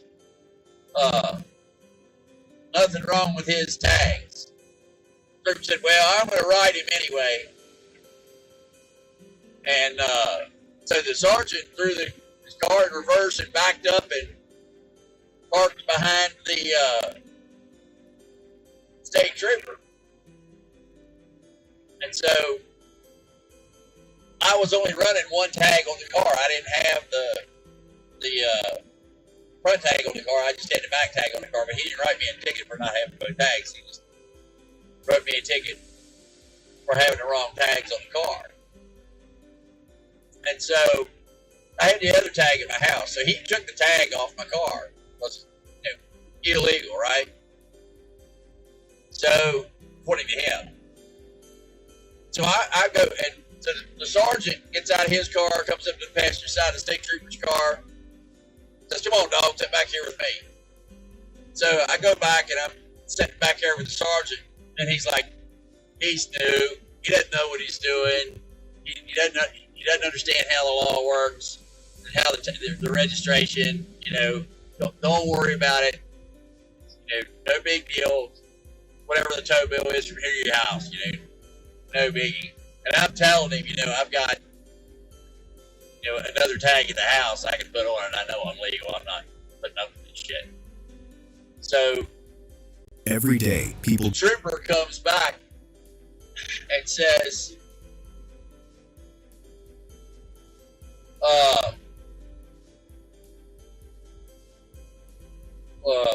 what tow company do you want to come get your vehicle? I said, have Sonny Teeter come get it. Tell him to take it to my house and drop it off out back and put it on my tab. And the trooper goes, Sonny Teeter? I said, yeah, call Sonny Teeter. Tell him to come get it.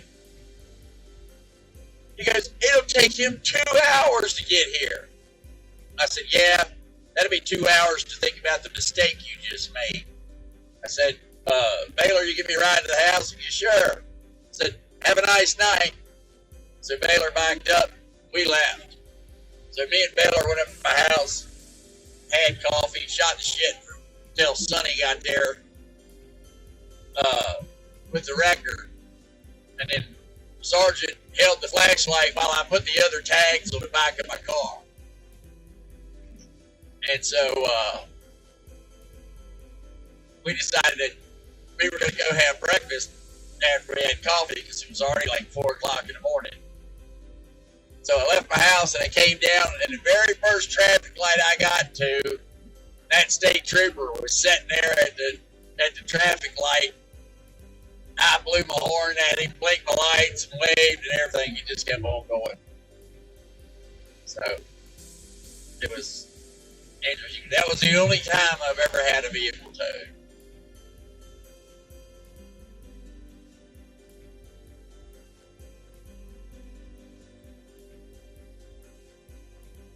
Then I had another trooper one time, and it snowed.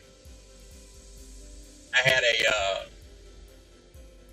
Dodge pickup truck with oversized commando tires, yellow warning light on the top of it. I had a tow rope. I had it weighted down. And I had my radio in it. I had every frequency in the state in it, plus a bunch of other states and federal stuff. And so I'd hear the troopers talking about, the exits being closed. And so I would go to the exits that were closed, and they were closed because there was vehicles slid off of the side of the exit ramps. So what I do is go in and jerk people back up onto the road and drag them up until they could, make their own way. So I would actually clear the exits so the troopers could open the exits back up and go to the next exit and clear that one. Well, I had cleared 6 out of 10.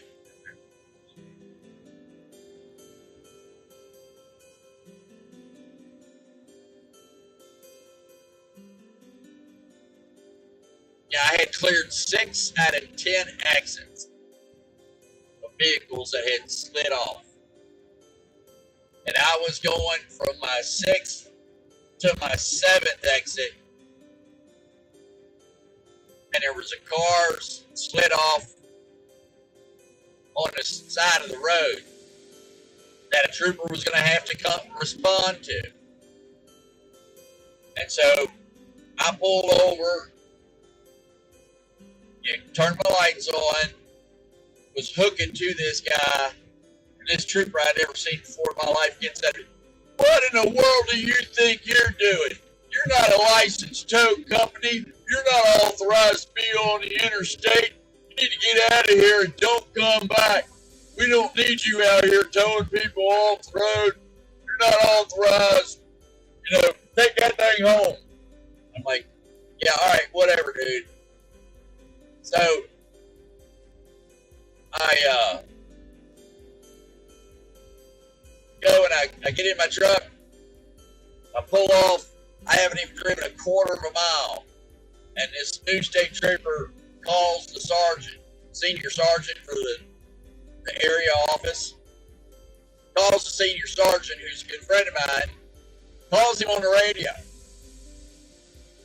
and says, once he gets him on tack, says, can you go left, which means turn your radio selector channel to the left, which is the surveillance frequency, common surveillance frequency. So he says, can you go left? Sergeant says, see you there. So they go left. The new trooper comes back and says, hey, just to let you know, I just told Wheelbarger was up here on the side of the interstate trying to pull somebody out. I just told him to get off the interstate and take that home. And the sergeant said, what'd you do that for? I said, well, he's not authorized to be out here. And the sergeant says, he's already pulled out more than a dozen cars for us and cleared all the exits northbound. He was on his way back southbound and cleared those exits. He said he's working with us for us. And the new guy said, well, I wasn't aware of that.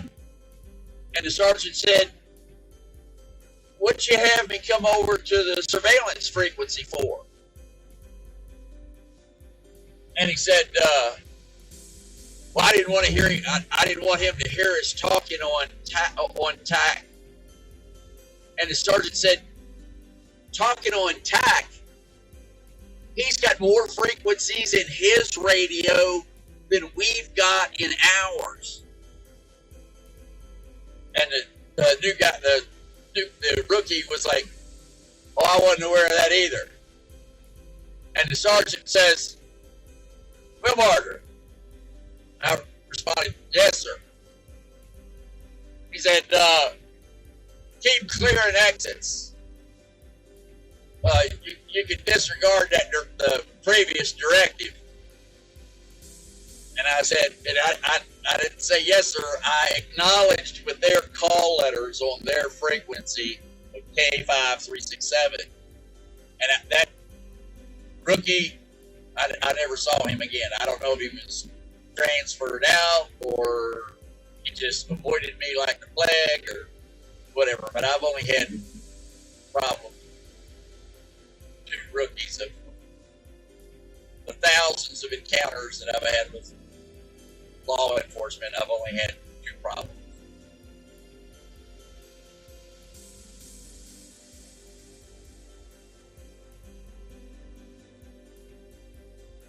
How we doing, everybody? How many's in here?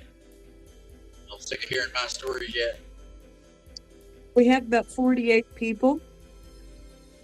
All right. And your brother's gotten here. Oh, God. There goes the neighborhood. Yeah, I was going to say, I wondered why the numbers drop off. I know now. Oh, we're just fucking. Let's see. What are you doing, dude? So I'm coming up on Big Branch Lake. I just passed where the shooting took place. And right here is where the corner was, where the guys heard the shooting and took off. Literally right here to my right, 100 feet. Starting right now, right there, straight across that fence is the lake. That's, in fact, that's the retaining wall. Right there. That's the dam. We're actually below the dam level right now.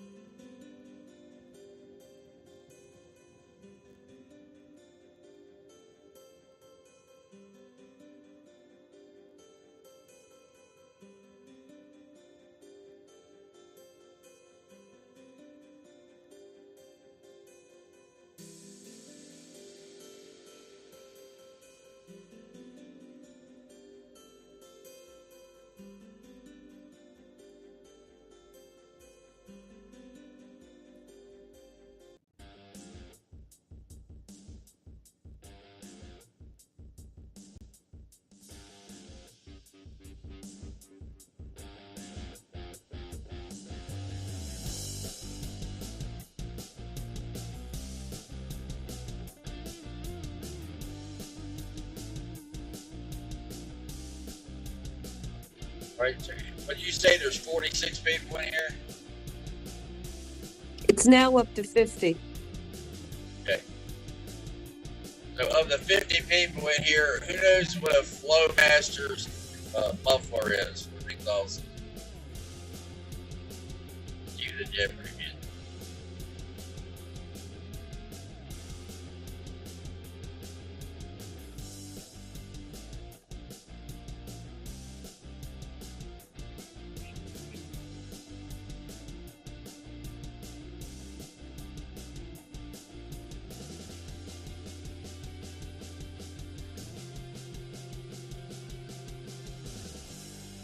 I know of at least one person in the chat. Do you guys know what it is? I have no clue. You know what glass packs are? What's the word you're saying? Glass pack? Glass packs. No. PACs. You know what they are? No, I do not. Okay. Racer. Ah, Okay, so sorry, my coffee's wearing off. glass packs are mufflers. They're mufflers, glass packs, and Yeah, they were made out of fiberglass, and the longer you used them, the louder they got. And if you ran your car hard, it would actually burn the fiberglass away inside of the muffler and make it loud. Well, a company called Flowmaster figured out a way to do that you didn't have to do it as glass packs, and it would continually get louder and louder and louder until it was just obnoxious. Flowmaster made a gated way of doing that, and it does two things. It makes your vehicle a little louder, but it also improves your efficiency going down the interstate because it cuts down on back pressure going through the exhaust system. You have your building pressure, you're making horsepower. So I am contemplating putting the quietest of the Flowmaster mufflers on the Intimidator. It will make it loud enough that you can actually hear the engine. It won't be loud and obnoxious, but it'll be a little louder. I've already calculated up that if I drive 1,000 miles, fuel that I'll save by the reduced back pressure, I should pay for itself within the first 1,000 to 1,500 miles, depending on how many miles we install. But definitely within 2,000 miles, I will have paid for the pump. So, considering I'm driving 5,000 miles on this trip, it's almost worth it to get it done. Earlier rather than later. And that would actually give the Intimidator some type of voice, which is sounding like a vacuum. You can't hear the exhaust of this thing at all. The engine and the transmission and the fan are louder than the exhaust.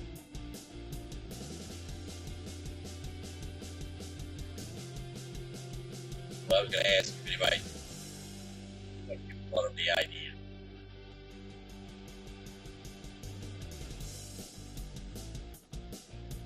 Off the interstate here. Japanese.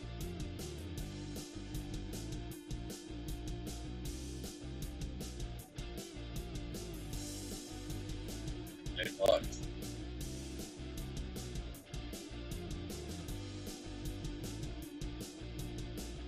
Yeah, we're getting rain actually.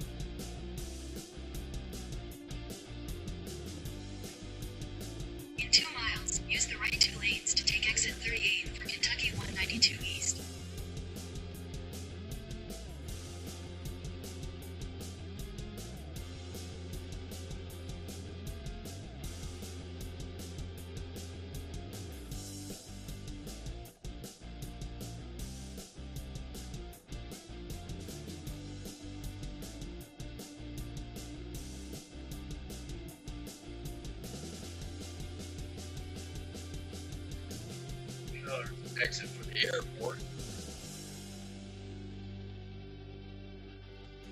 Swing by there and see what they're.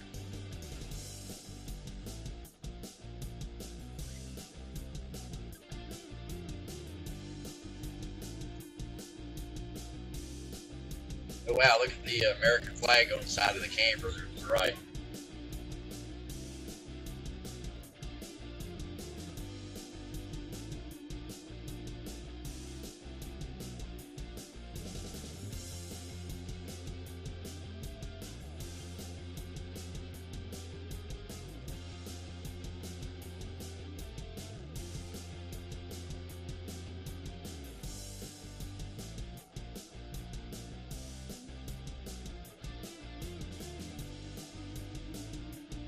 In half a mile, use the right 2 lanes to take exit 38 for Kentucky 192 East.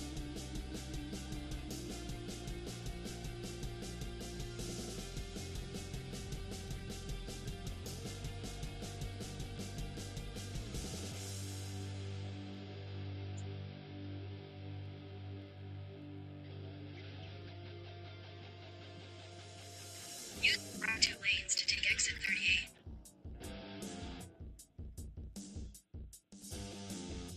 Be close until I hit my brake lights. At the next light, use the right lane to turn left.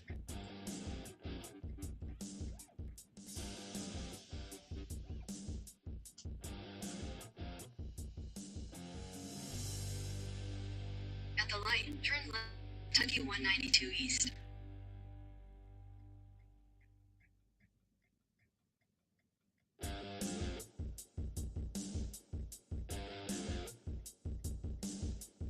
What's that? Oh, that's the music you're playing.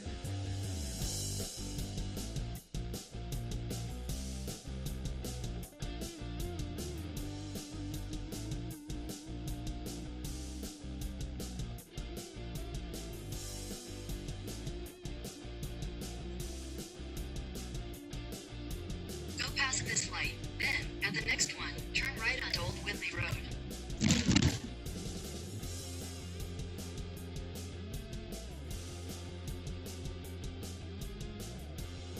I did a broadcast from that hotel right there on the left. Uh-huh. Up on the hill. On top of the hill right there on the left. We did a broadcast one night when the sun was going down and they were searching in this area. At the light, turn right onto Old Whitley Road.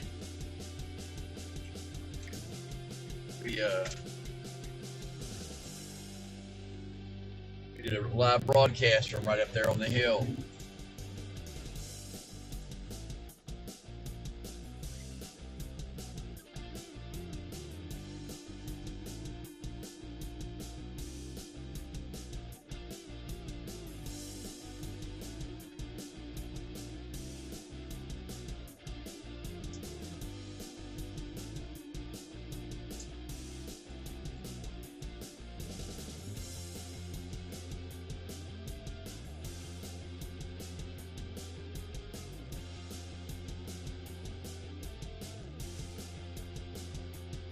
Oh, there's a searchlight from the airport. You guys should be able to see that pretty bright.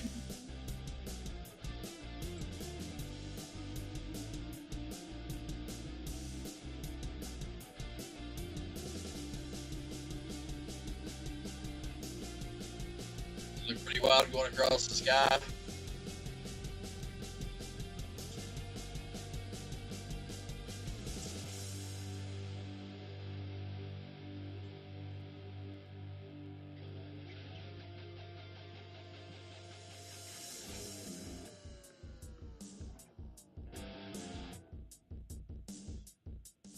It's these hills like this that make flooding so dangerous to Kentucky. Because if you get 6 inches or 8 inches of rain, it's all going to run to the low part and make feet of raging flood.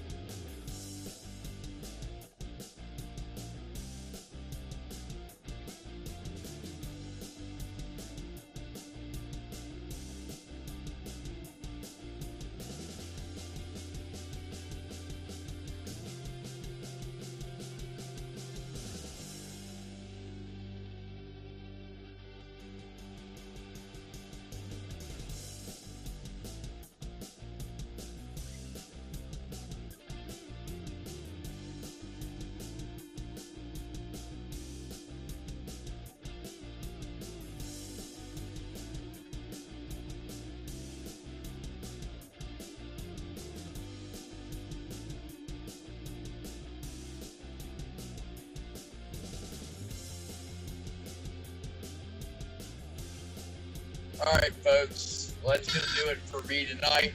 We will do another one tomorrow. We'll figure out what's going on, what, when, where, why, and how. First thing we're going to do is go in town, get ourselves some index for all of the domes, and probably get our tires balanced. Thank you guys. Have a good one. Racer, you can kill the stream. Thank you, guys. Have a good night. Yeah, good night, Golden. Yeah, Good night, good Lady night. Storm. Everybody, good night.